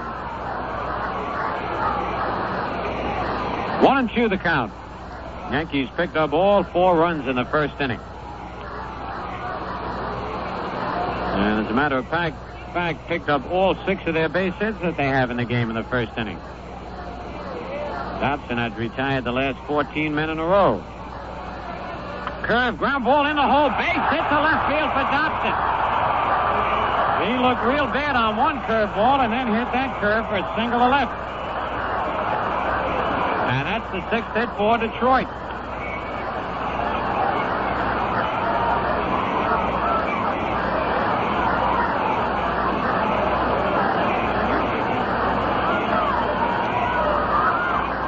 So the Tigers have McAuliffe up there. McAuliffe struck out in the first inning, dumped a single in the short left field in the third.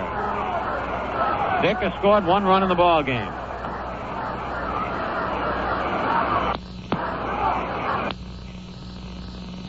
Is over.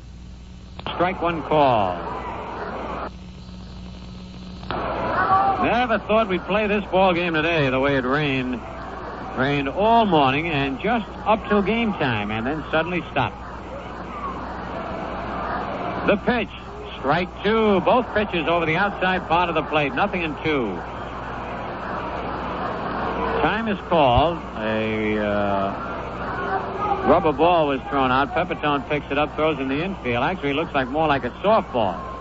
And Clark flips it into the Yankee dugout. That's what it was, a softball.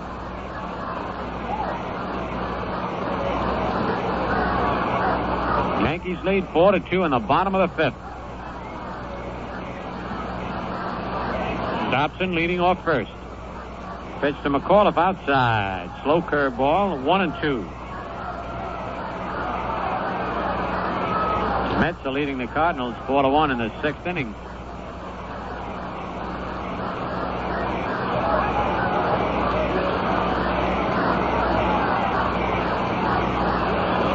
On deck, Mickey Stanley. Mambo stretches. Foul back off the screen.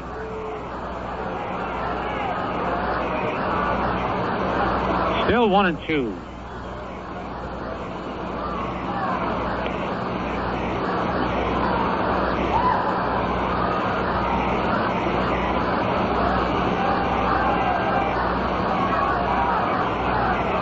Monbouquette gets the sign from Gibbs. Mantle playing in back of the runner at first. The pitch is popped in the air to short right field. And Costco cannot get it. Falls in for a base hit. Horace Clark gave up on the ball.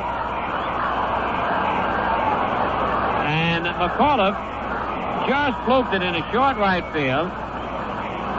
The Tigers now with runners at first and second, nobody out. They trail 4-2. And Mickey Stanley, who's 2 for 2, single to center and single to left. Julie Womack gets up quickly in the Yankee bullpen. The Yankees looking for the sacrifice here. Mantle in at first, Cox in at third. Somebody's got to hold that Dobson a little closer at second base if they want to force him at third. The pitch, Stanley ready to swing, takes the strike.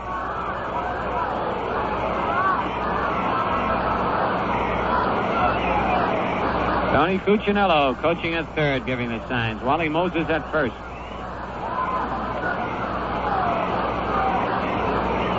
Mambo ready.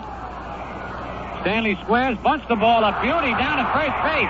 Mambo throws the clock in time. Nice play by Clark as he had to fall down to make the catch on the wide throw by Mambo, but it advances the runners. Beautiful bunt by Stanley. The play goes 1-4. And the batter now, Jim Northrup. Northrup struck out in the first, fly deep to center in the third. Tigers have McAuliffe at second, Dobson at third with 1 out. The Yankees leading 4-2.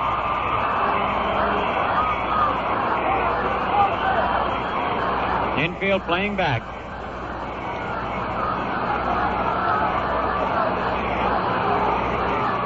The windup by Mambo. His pitch popped in the air to shallow right field. Costco coming in. The run is tagging. He makes the catch. He bluffs coming to throw right on the money. Beautiful throw by Costco right on the plate, but Dobson only came in a couple of steps and went back. So the runners remain at second and third, and now Bill Freehan, who has driven in the 2 runs for Detroit with a line single to left in the third inning. In the first inning, he flied to center. And now Gibbs wants to go out and talk with Monbouquette. I'm sure they're not going to put Freehan on because in back of Freehan is that man Willie Horton. And though Freehan is dangerous, Horton is even more so.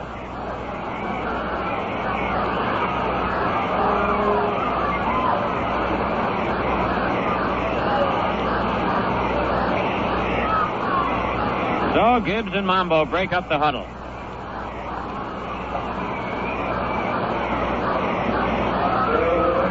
Red Sox leading Baltimore 5-1 in the 7th. Washington leads Cleveland 6-1 in the 7th. Frank Howard has hit his 20th homer of the year. Minnesota, Chicago, no score in the 8th. The Mets leading the Cardinals 4-1 in the 7th. All the other action at night in the National League. All right, here's the windup. Pitch to Freehan. Inside, ball 1. Freehan asks Stevens to look at the ball. Johnny says it's okay. Freehan wears a knee pad on his left arm, high on the left arm, near the muscle. He gets hit so often there, he crowds the plate. Last year, he led the league in getting hit with pitch balls. Dobson at third, McAuliffe at second with 2 outs. Womack continues to throw in the Yankee bullpen. Here's the windup. The pitch is over, a strike called 1-1.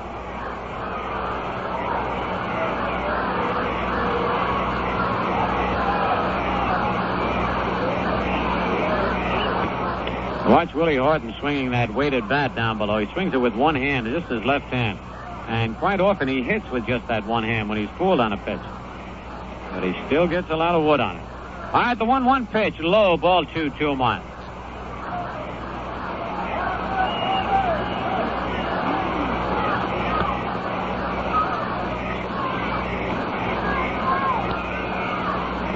Mambo taking a little extra time. Tough spot right here. The potential tying runs on base at second and third. 2 out. A 2-1 count on Freehan. The Yankees leading 4-2. We're in the bottom of the 5th inning. They're at Tiger Stadium in the Motor City of Detroit. The pitch. Ground ball is short. Tresh up with it. Fires to Mantle in time for the out. They get the dangerous Freehan. No runs, 2 hits, no Yankee errors, and 2 men left. And at the end of 5 full innings, the Yankees 4, the Tigers 2. If your car is inclined to stall and idle roughly, or if it doesn't accelerate as it should, there's not much comfort in the fact that a lot of other drivers are having the same problem. But cheer up. Thousands of drivers have found the way to solve that problem. They use Atlantic Imperial, the clean carburetor gasoline. You see, stalling, rough idling, and poor acceleration are often caused by dirt deposits, which some gasolines allow to build up in the throttle plate area of your carburetor. And it takes only a few tankfuls of Atlantic Imperial to dissolve stubborn throttle plate deposits and wash them harmlessly away. Then, as you continue to use Atlantic Imperial, it helps prevent their return. So come on, get on the Imperial Road, the road that leads to smooth engine performance with Atlantic Imperial, the clean carburetor gasoline.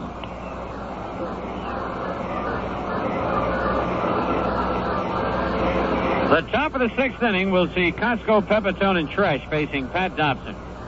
And this Dobson has just about been letter perfect since he relieved Les Cain in the first inning.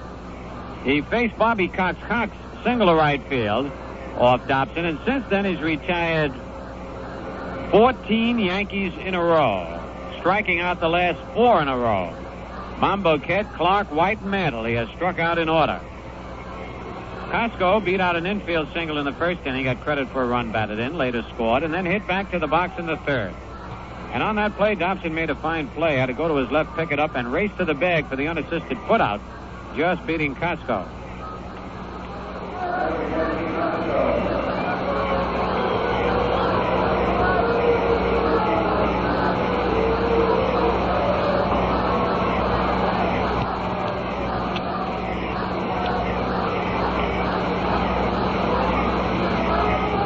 All right, Costco steps into the batter's box.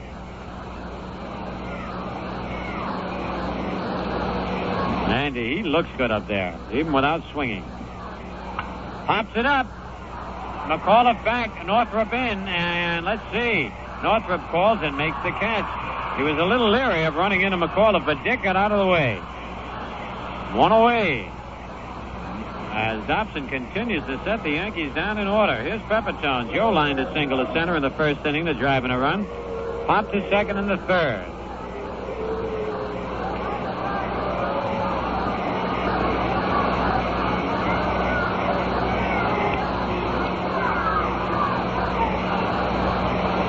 All right, Dobson. Lines pitch to Joe is a curve over strike call. And this Dobson is coming from right over the top. Strictly overhand.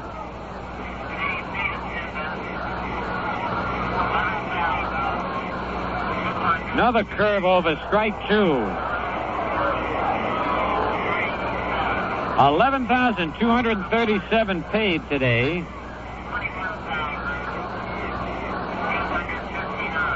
21,859 is the total. The rest are youngsters here. The 2-strike pitch, another curve. This one high. 1 ball, 2 strikes. Tommy Tresh on deck.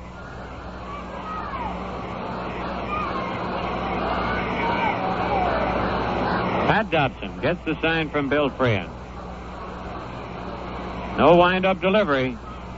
Ground ball, Cash backhands the ball. Up with it, flips to Dobson in time. Beautiful play by Cash. He took a base hit away from Pepitone last night on a diving, sliding catch, and he does it again here. So it's 2 out, and the batter, Tommy Tresh. Tommy single at center in the first inning. Driving in a run, struck out in the third. Yankees got all 4 runs and all 6 hits in the first inning.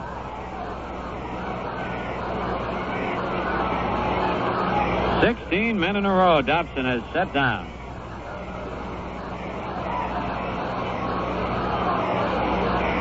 His pitch in the dirt gets away from Freehan, ball 1.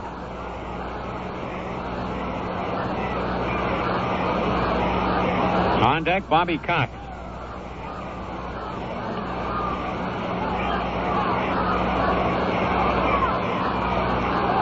Outfield deep straight away on Tommy. Dobson's curve is low, ball 2, 2-0. Cash guards that line against the left-hand batters.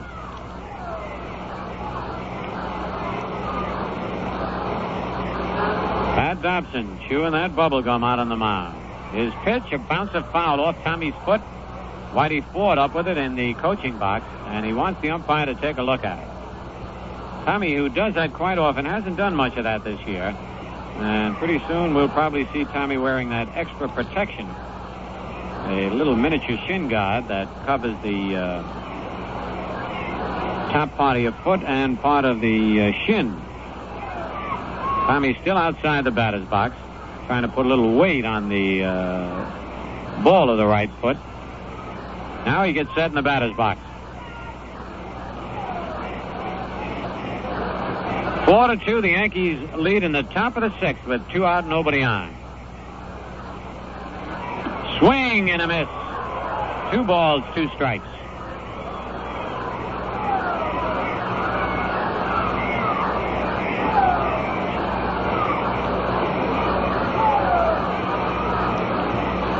Dobson ready for his 2-2 delivery. There it is. It's a curve low. Full count, 3-2. Dobson has had very few 3-2 counts on the hitters. He's been ahead of most of them.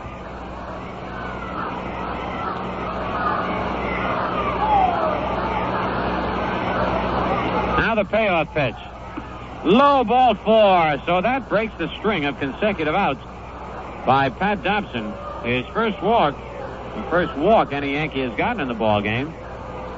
He had retired 16 men in a row before walking Tresh. Here's Bobby Cox, single right in the first to drive in a run, pop to second in the fourth. First base runner for the Yankees since the first inning.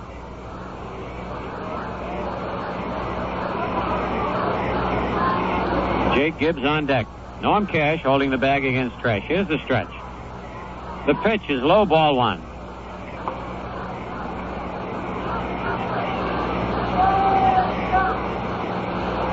Lights have been on here since the start of the ball game, and it's a wonder that they were able to start the game with all the rain we had. Tommy Tresh leading away. Pitch is a strike call just about knee high, 1-1.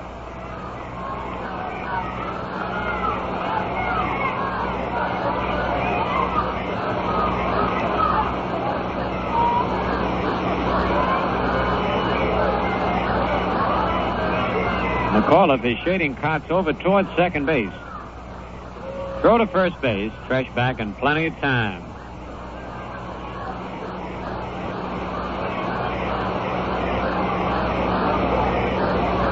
Dobson stretches. His pitch bounces slowly to third. Wade will have to hurry. Up with it. Fires to first in time to get Cox by a stride. For the Yankees, nothing across. 1 man left. And at the end of 5.5 innings, it's the Yankees 4, Detroit 2. The traveling smooth on the Imperial Road with Atlantic Imperial to make the going more fun. That may seem like a lot to expect from a gasoline, but Atlantic Imperial isn't just any gasoline. It's the clean carburetor gasoline. It cleans your carburetor as you drive and keeps it clean.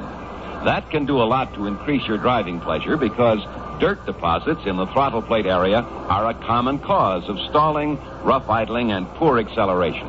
Problems you shouldn't have to put up with.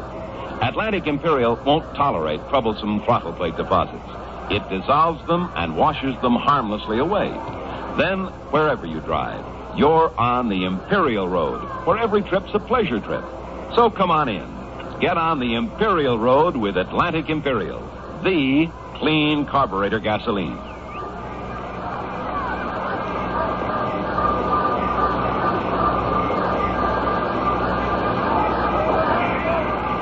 The bottom of the sixth inning, we'll see Willie Horton, Norm Cash, and Don Wirt to face Monbouquette. Horton doubled to left center in the second inning, popped to second in the third. Yankees scored 4 runs in the first inning. The Tigers scored their 2 runs in the third. That's been all the scoring in the ball game. Starting to get a little overcast now.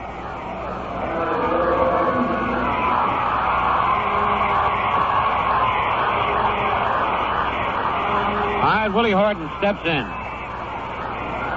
Horton coming on strong, 14 homers, 30 RBIs. He's 6 in back of the big guy now, Frank Howard, who hit his 20th today. High and inside, ball 1.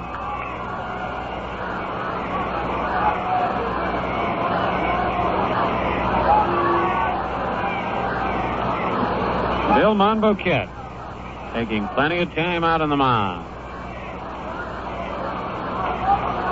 His pitch is hit high in the air to left center field. Pepitone back near the wall, and it's in for a home run for Willie Horton.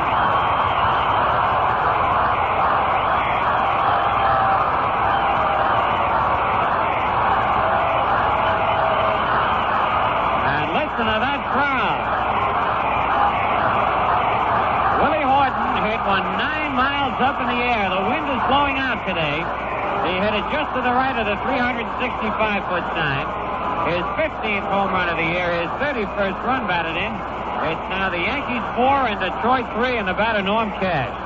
Cash walked in the second, hit to the box in the fourth. Here's one gone. That ties it up way in the upper deck in right field. Back-to-back home runs by Willie Horton and Norm Cash, and the ball game is tied up.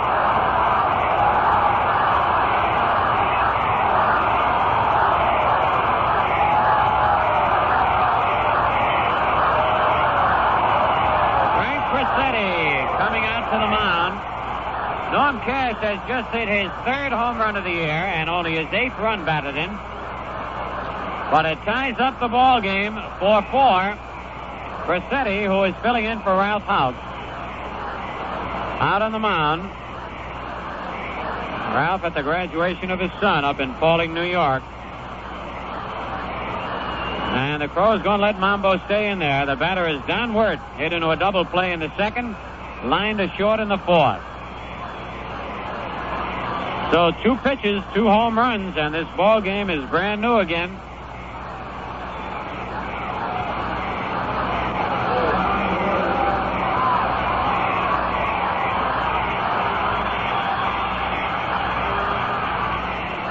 Wirt bounces one to third, foul ball. Bobby Cox had it. Fred Lasher starts to loosen up in the Detroit bullpen. Remember, we told you Dobson hadn't gone this long all year in a relief appearance, and he might be tiring. He sure doesn't look like it. Pitch to Wirt. There's one. Base hit to right center field.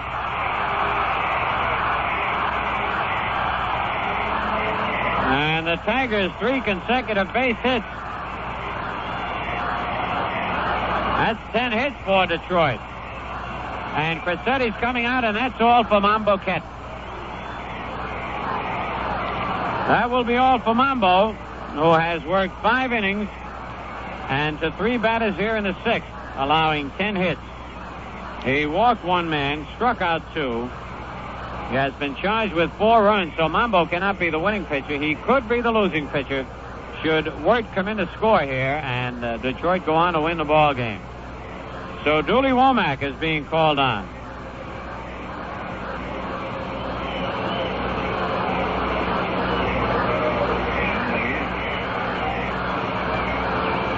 Dooley Womack coming on to relieve Bill Monbouquette. So Mambo and Gibbs have a little huddle over the signs.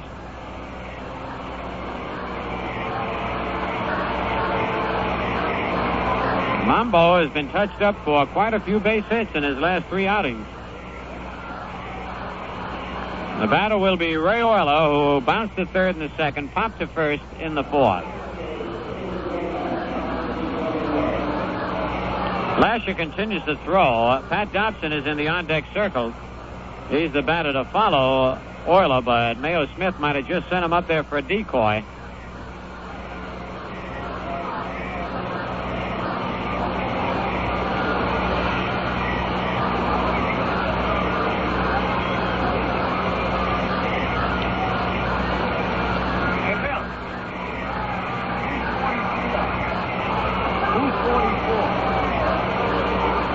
Krzyzewski is loosening up down in the bullpen. Eddie Matthews now is swinging a couple of bats, and it looks like he will bat for Ray Euler. And Trajewski, who we told is warming up, will go in to play shortstop. We just got a note from Marv Albert back at WHN that Dean Chance has gone through 7 complete innings against the White Sox, and so far he has a no-hit game going.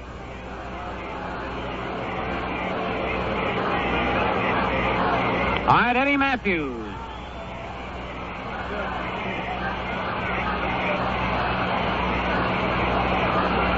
Eddie Matthews pinch hitting for Ray Euler.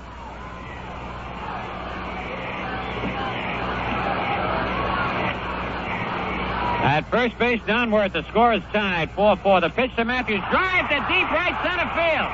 Pepitone digging. What a play Pepitone made, a beautiful play, as he took at least a triple away from Eddie Matthews.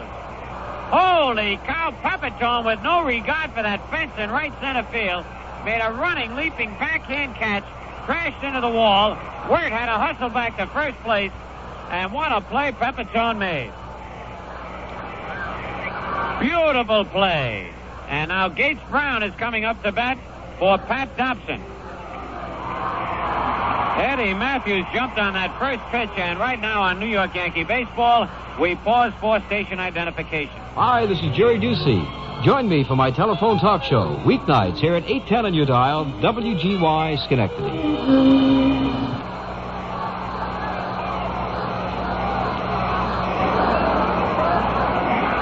Brown, who is built on the lines of Willie Horton, and that means solidly built, a left-hand batter, has been about 15 times, 7 hits, batting .467. He crouches. The pitch to Brown, outside, ball 1.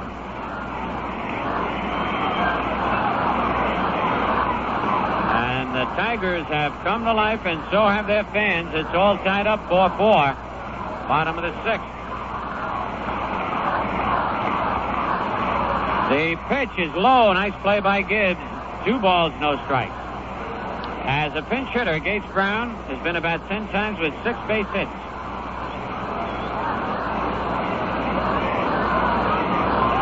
He is strong. Mantle holding the bag against Don Wirt. By Womack. His pitch outside, ball 3, 3-0. Steve Hamilton gets up in the Yankee bullpen.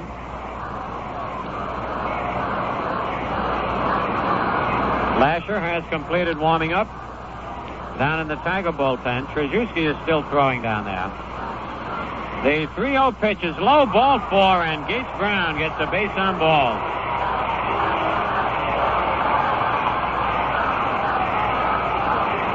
The batter now, Dick McAuliffe, who is 2 for 3. McAuliffe struck out in the first inning, single to left in the third, single to right in the 5th.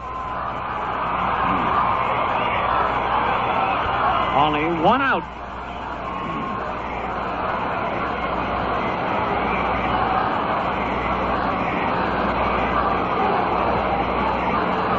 Infield in double play depth.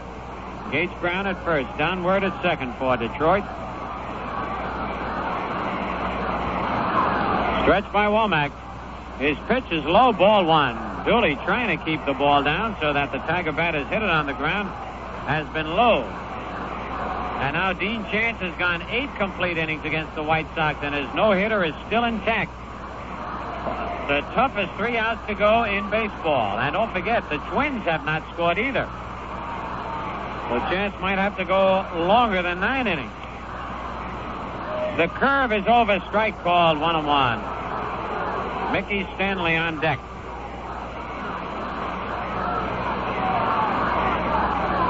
Yankees 4, Detroit 4 in the bottom of the 6th.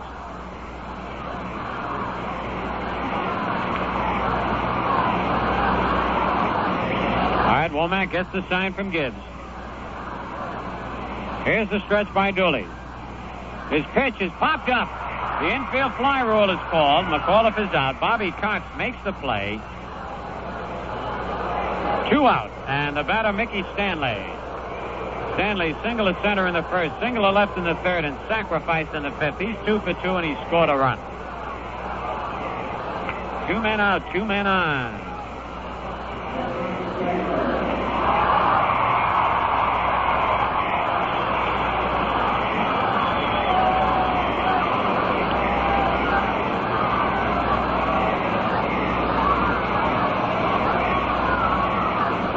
side, runners lead at first and second.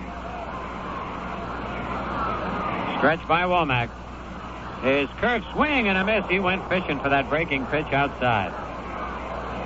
One strike on Stanley. And now Joe Verbanek gets up along with Steve Hamilton in the Yankee bullpen.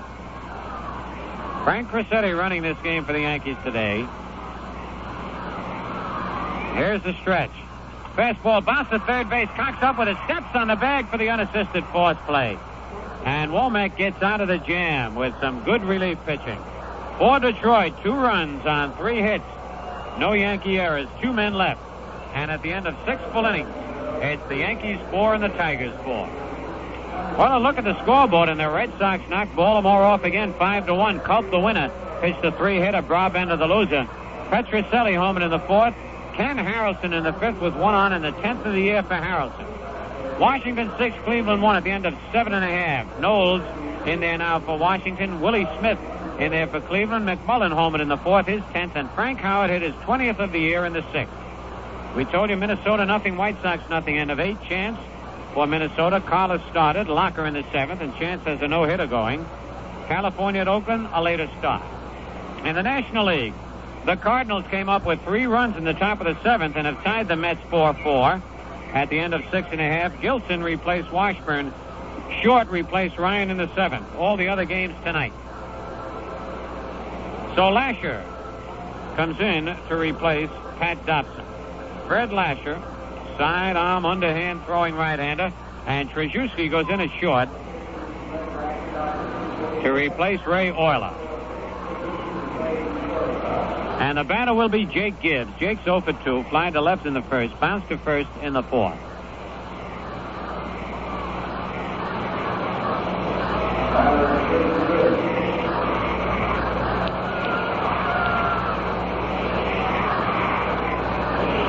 All right, the tall right-hand pitcher. Lasher winds his pitch, low and away, ball 1. Reminds you a little bit of Ted Abernathy. Doesn't come quite as far underhand as Abernathy. Lasher is making his 15th appearance of the year.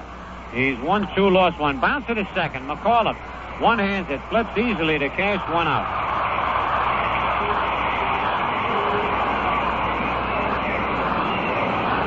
And that brings up Dooley Womack.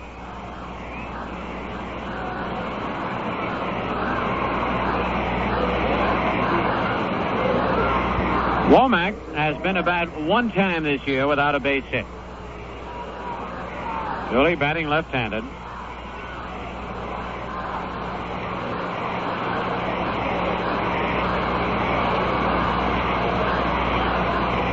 Lasher's pitch is a little bit outside, ball 1.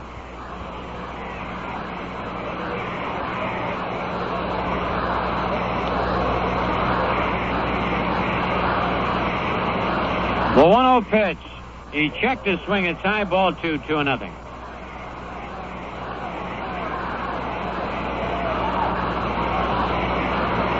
You hear those kids in the background. They have really been yelling and having a ball all day here at Tiger Stadium.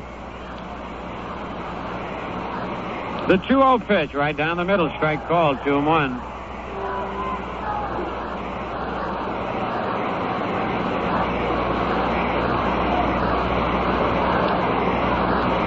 The big right-hander's pitch. There's a base hit. Whoop, hold it. It stayed up, and Stanley made the catch.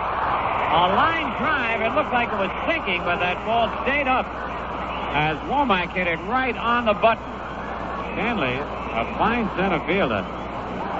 What a jump he got on that ball. 2 out, and here's Clark. Horace singled in the 1st, hit to the box in the 2nd, struck out in the 5th.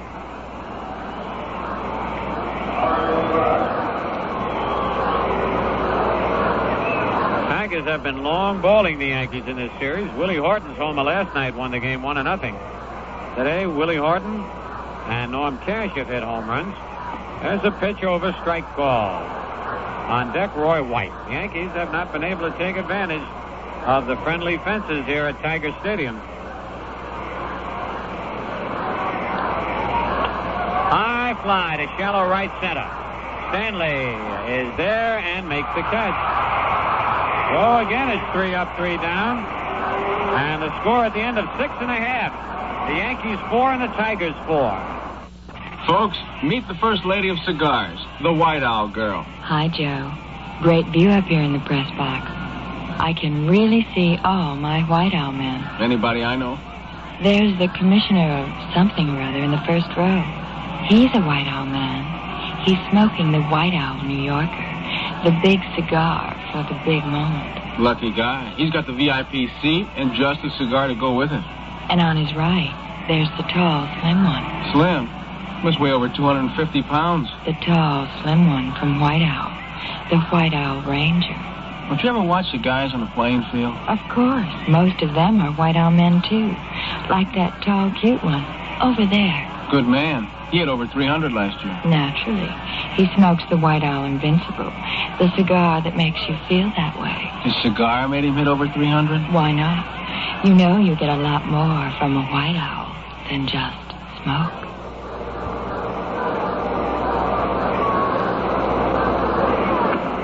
So we get ready for the bottom of the 7th inning. All the Tiger fans standing up. And it'll be Northrop, Frian, and Horton to face Dooley Womack. Jim Northrop, playing with a cracked rib, has struck out in the first, fly to center in the third, fly to right in the fifth. Northrop is 6'2" and 190 pounds.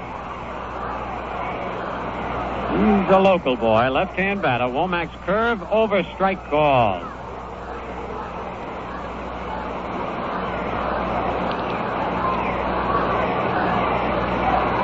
They play him straight away in the outfield. Another curve bounced over the middle, and a base hit off the glove of Horace Clark. Northrop takes a big turn and comes back. A high bouncing ball. Clark got his glove on it, couldn't hold on to it. It skipped into center field.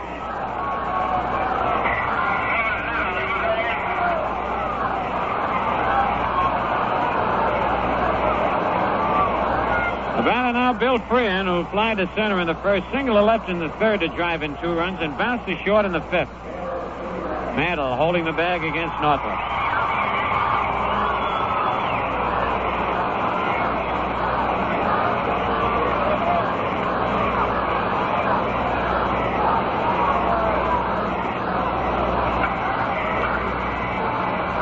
The pitch, the ball is bunted foul.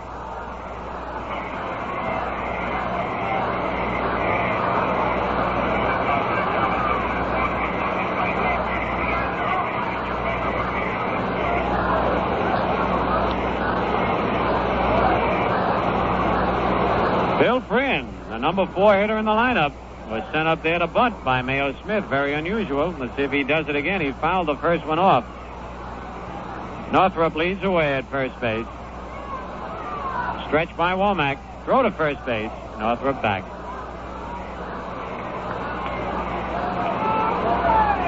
We're in the bottom of the 7th, all tied up 4-4. And they're in the 8th inning at Shea Stadium, all tied up 4-4. Here's the stretch. He squares to bunt and almost got hit in the helmet on a curveball, high and tight, 1-1.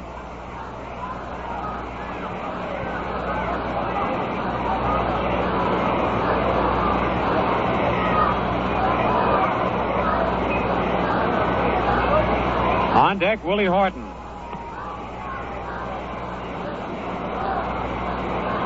Dooley Womack ready. There goes Northrop. The ball is taken. The throw to second.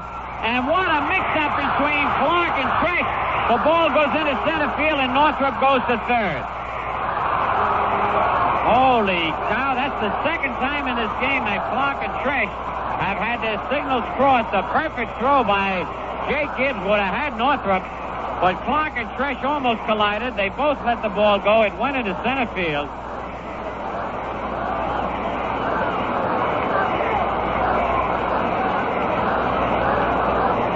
Well, the official score has got to be slightly out of line. He has given the error to Gibbs on the mix-up between Tresh and Clark. It's a stolen base for Jim Northrop, though he'd have been a dead duck at second. And I hate to see Gibbs get an error on a perfect throw. Here is Freehan now. Runner at third, nobody out. 1 ball, 2 strikes. The infield's in. Ground ball, base hit to left field. And Northrop scores, and the Tigers lead 5-4. Bill Freehan driving in his 3rd run of the ball game.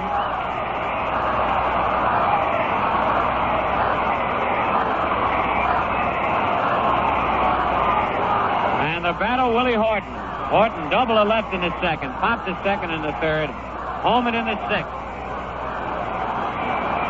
We've got to get that official score to change that error, not because it's the first error by Gibbs this year, but because it was a perfect throw and a mix-up between Tresh and Clark on who was covering. They almost collided. All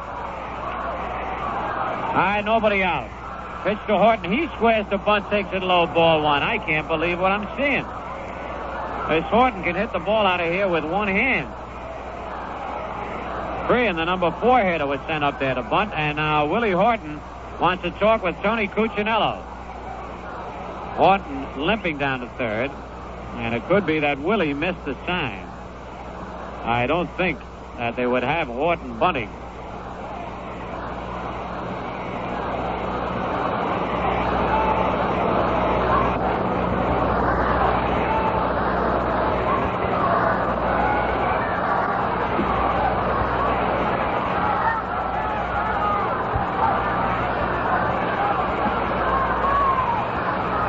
Sandy, why don't you see if you can't call up to that official score on that loudspeaker? Really, it bothers me. The pitch, he takes a strike over. He was not squaring the bunt that time. Tigers now with 12 base hits and 5 runs. The Yankees 6 hits and 4 runs.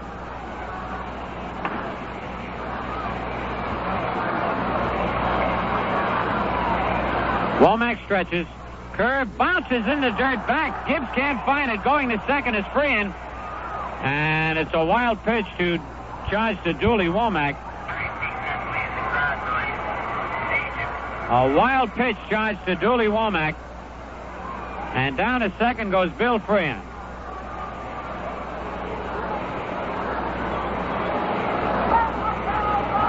Steve Hamilton is loosening up in the bullpen.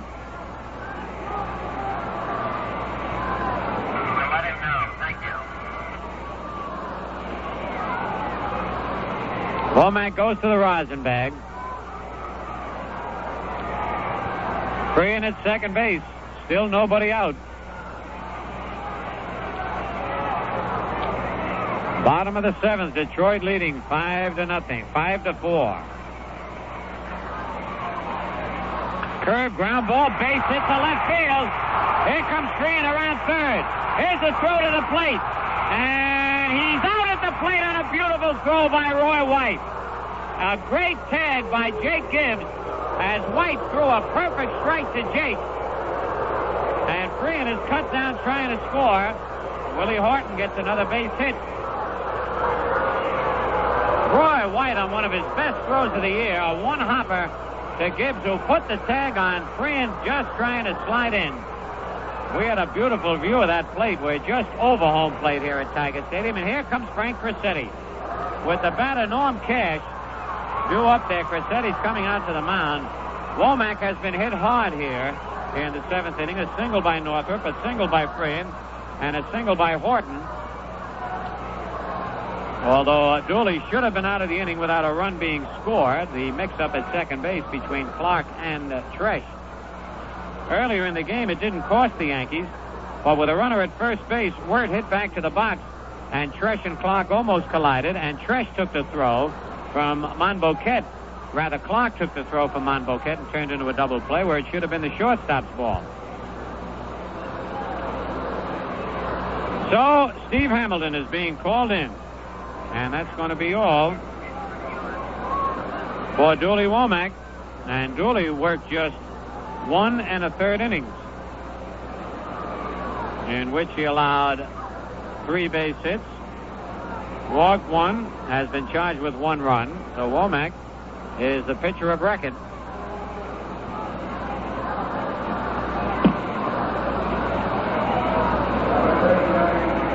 And Steve Hamilton comes on. Well, Well, it's a cinch that Chance didn't pitch the no-hitter. The White Sox won it 1-0.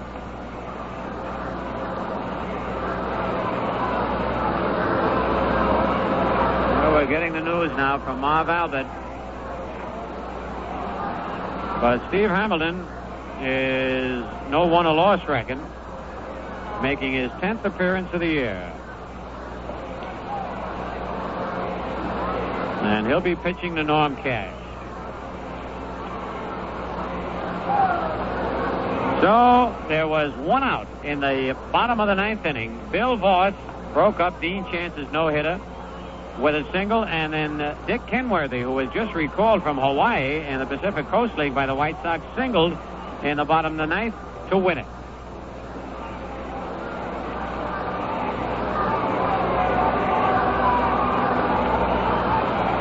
They ended up with 3 hits, the White Sox, all 3 of them in the bottom of the 9th inning. Minnesota had 4 hits and no runs.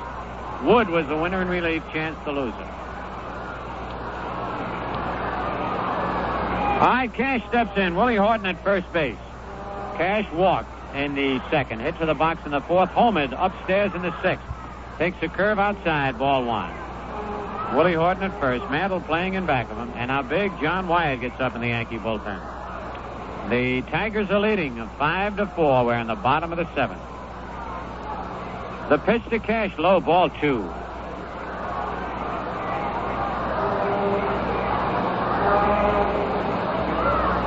On deck, Don Wirt.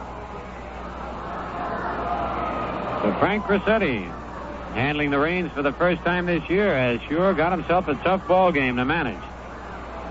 Hamilton sets.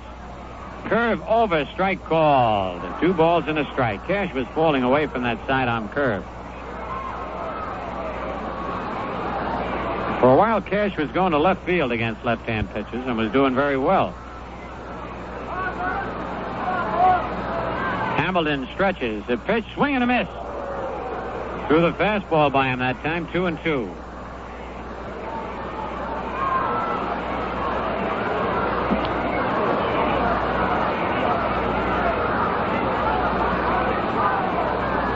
Now he steps back off the rubber. Back on again. Here's the stretch. Curve, strike 3, swinging, so Hamilton comes up with his specialty, striking out a left-hand batter. And the batter now, Don Wirt. Wirt hit into the double play in the 2nd inning, lined to short in the 4th, single to right center in the 6th. Horton at first with 2 outs.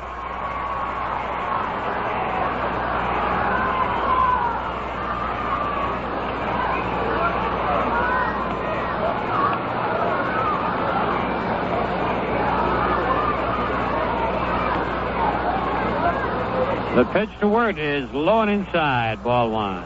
Dick Trzewiski on deck.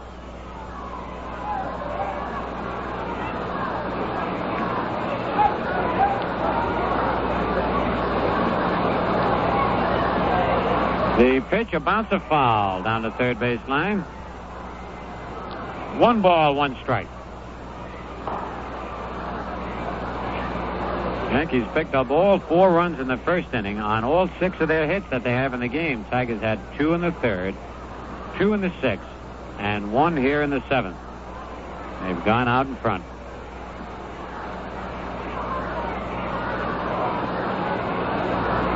Stretch by Hamilton. Pitch, ground ball. Tresh to his right. Up with it. Goes to Clark for the force play. But Detroit picks up a run on 3 hits, 1 Yankee error, 1 man left. And now at the end of 7 full innings, it's the Tigers 5, the Yankees 4.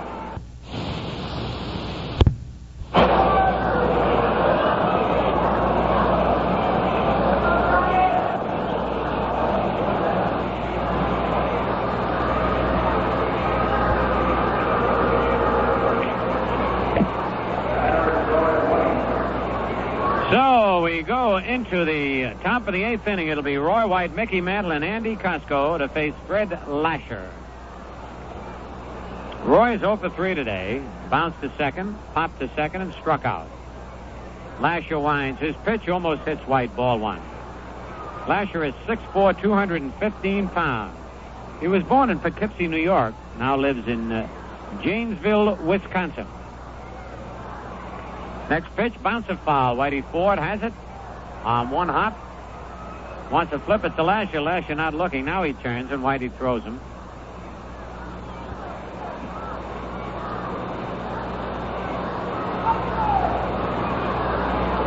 One on Roy White here in the top of the 8th.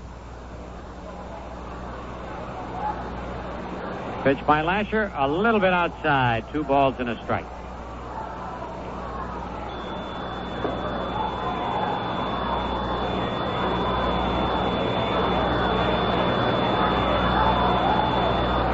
Now the 2-1 pitch, a foul at the plate. 2-2.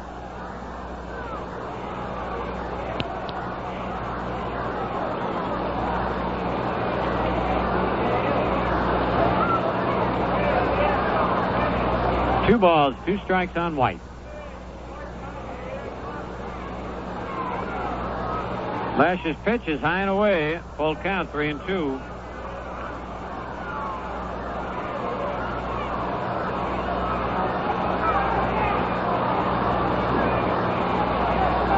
The payoff pitch on the way. A high fly to center field. Stanley backing up, turns, and takes it. All Roy had to do was pull that one a little bit. Stanley has made the last 3 consecutive putouts in center field. Here's Mantle. Single to center in the first and scored a run. Popped the second in the second. Struck out in the 5th.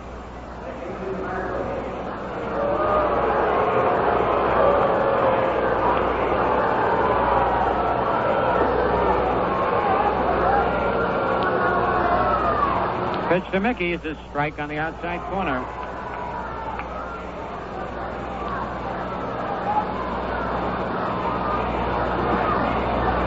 They play Mickey deep in all fields. Lasher winds. Inside. Mick had a duck back out of the way. 1-1.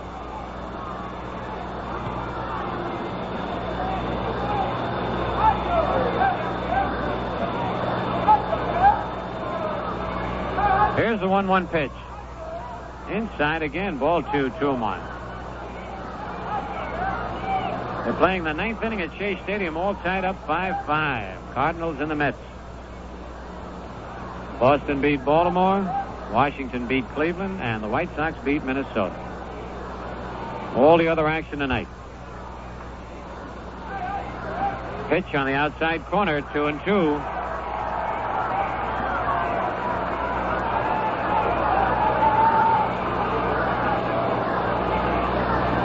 Two balls, 2 strikes, 1 out, nobody on. Fastball is high, and again it's 3-2. Had a full count on White before Roy flied to center. Now a full count on Mantle.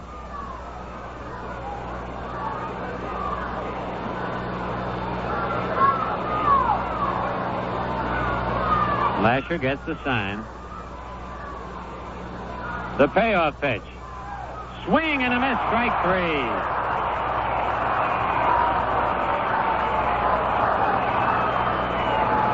So it's 2 out, and here's Costco. Andy singled in the first inning, hit to the box in the 3rd, and fly to right in the 6th.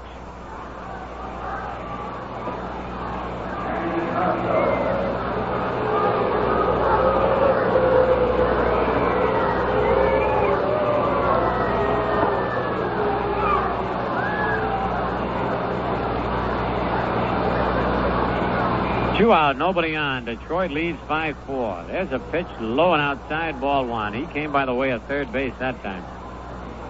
He pitches differently and with a different motion than when he throws to a right-hand batter or a left-hand batter. He winds. Pitch is over, strike called. When he's pitching to a left-hand batter, he falls towards first base. Pitching to a right-hand batter, he falls towards third base.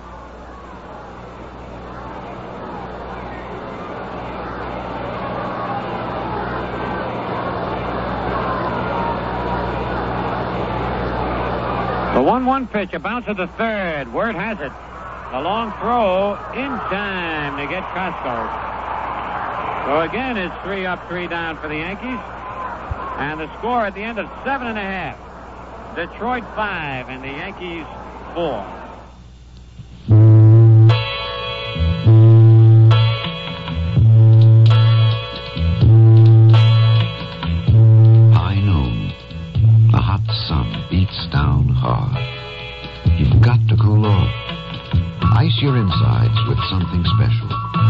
thrilling Valentine Premium.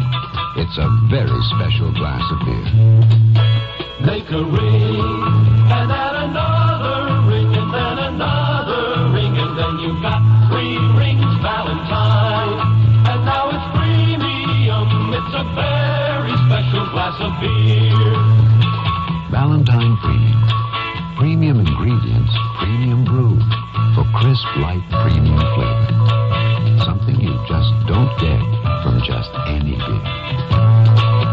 Valentine, and now it's premium, it's a very special glass of beer.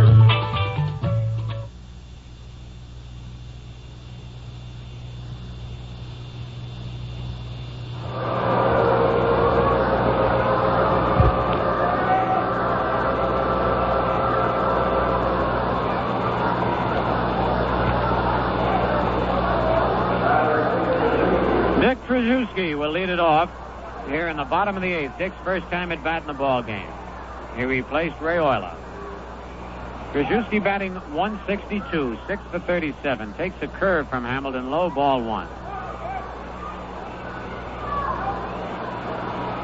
Dick has 1 double and 2 RBIs. 1-0 pitch, ground ball is short. Tresh comes in. Fires to first. Just in time. Tommy took a little extra time and almost lost Krzyzewski in a close play at first. 1 away. And the batter, Fred Lasher.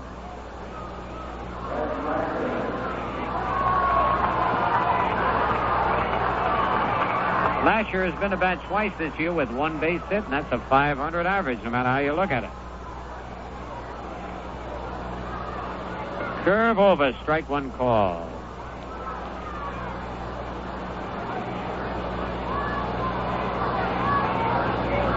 Hamilton winds. Curve, swing and a miss. Strike 2. 0-2 on Lasher.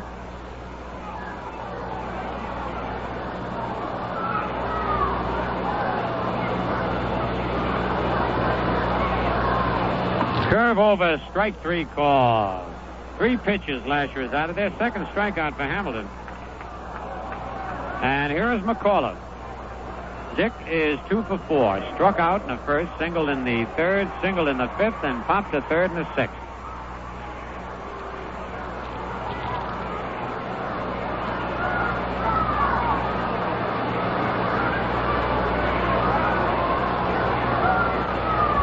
Bobby Cox in at third. Hamilton's pitch right in there. Strike call.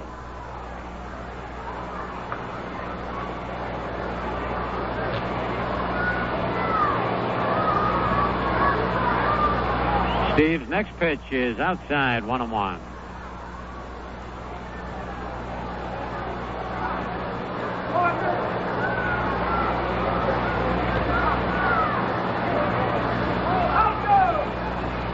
The big left-hander delivers a curve that's low, ball 2, 2-1.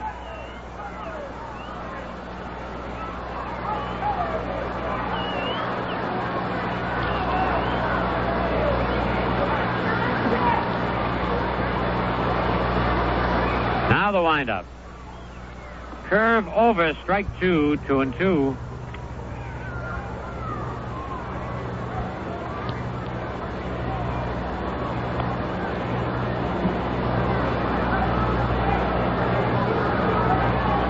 Now the 2-2 delivery. Curve over, strike 3 call. So Hamilton does a fine job in relief. 3 up, 3 down, and the score at the end of 8 full innings. Detroit 5, the Yankees 4.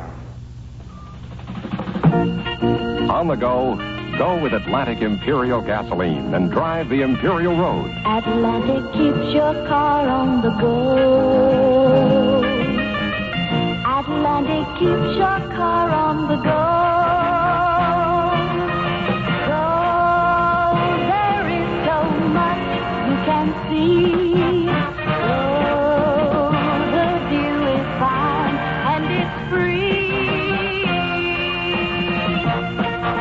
Don't worry about how your car will perform along the way. Atlantic Imperial gasoline helps take care of that wherever you go on the Imperial Road. Atlantic keeps your car on the go.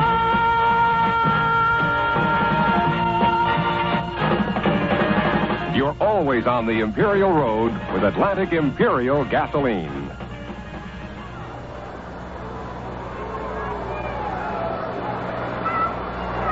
Well, we go into the ninth inning. The Yankees trailing 5-4. And the Yankees, since that first inning, when Bobby Cox got the 6th Yankee hit in the first inning, the Yankees, with the exception of one walk to Tresh, have gone down in order since then.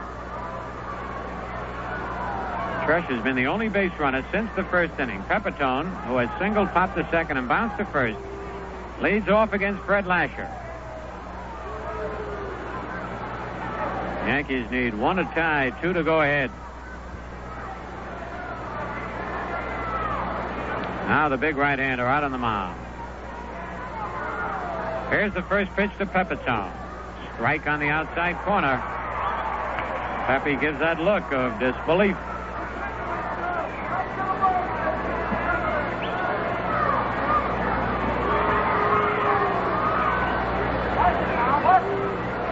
Lasher gets the sign from Freehan. High and away. 1-1.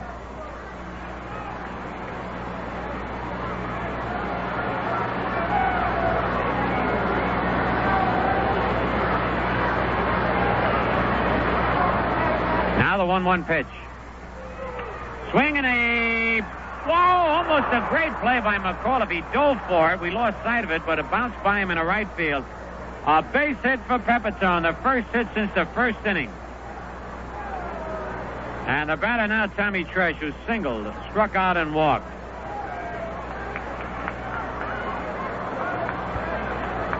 So Pepitone gets his second base hit of the ball game, the 7th for the Yankees.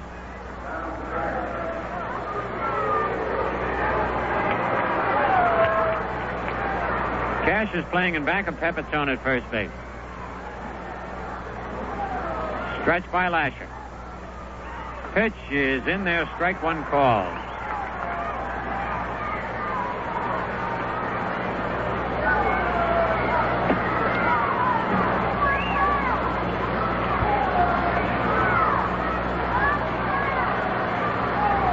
Lasher ready. The pitch hit high in the air to center field. Stanley is there and takes it 1 out.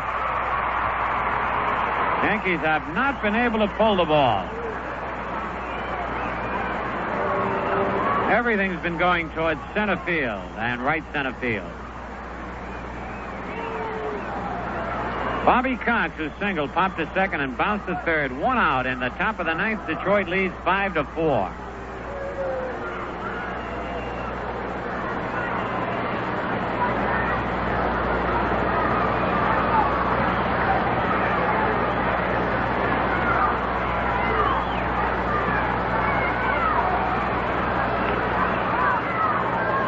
Pitch to Cox. There goes Pepe. What a jump he had, but Cox fouled the pitch off.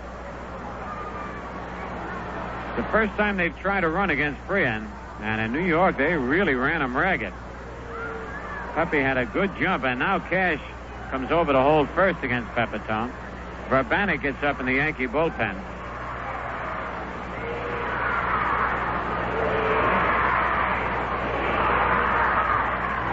Taylor and Patterson up in the Tiger bullpen, a left-hander and a right-hander. Here's the stretch. The pitch, foul ball in the Tiger dugout. 0-2 on Bobby Cox. On deck, Jake Gibbs.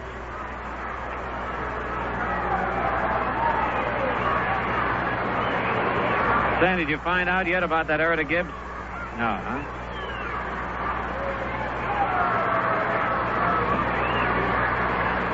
Charged Gibbs with a throwing error. And he threw a strike right over second base. It's just that Clark and Tresh were trying to get out of each other's way. All right, Pepe leads away. Here's the stretch. The pitch, ground ball at third. Word goes to McAuliffe for 1. He falls down, and he dropped the ball, and he's... Wait a minute now. He called him out at second base. And it looked like McAuliffe was off the bag and then dropped the ball. That's the second time that Russ Getz has made a quick decision at second base on a force play. A wide throw by Don Word on what looked like a perfect double play ball. A fielder must have possession of that baseball longer than a second. Jake Gibbs, fly to left, bounce to first, bounce to second. 2 out in the top of the 9th. And the Yankees trailing 5-4. Cox is at first.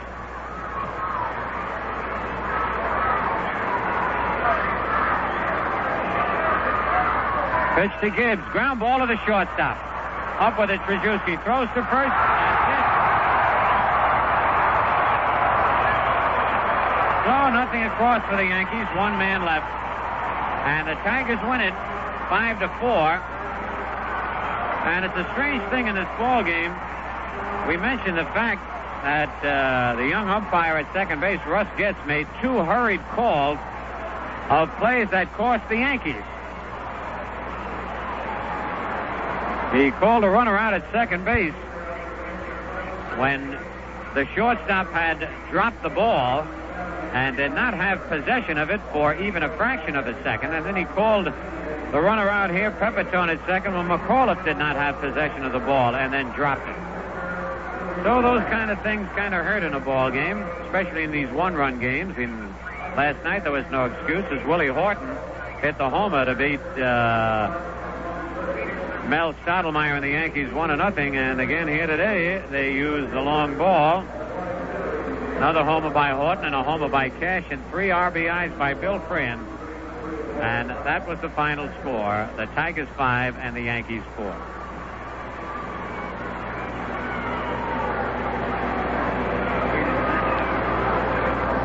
The totals in the ball game for the Tigers: 5 runs, 13 hits, no errors. For the Yankees, 4 runs, 7 hits, 1 error. Lasher in relief, the winner. He's 3-1. Womack in relief, the loser. He's 0-4. So that's the story of the ball game. The Yankees lose it. And now this is Phil Rizzuto saying once again the final score: the Tigers 5, the Yankees 4. And speaking for Jerry Coleman and Frank Messer, this is Phil Rizzuto saying so long from Tiger Stadium in Detroit.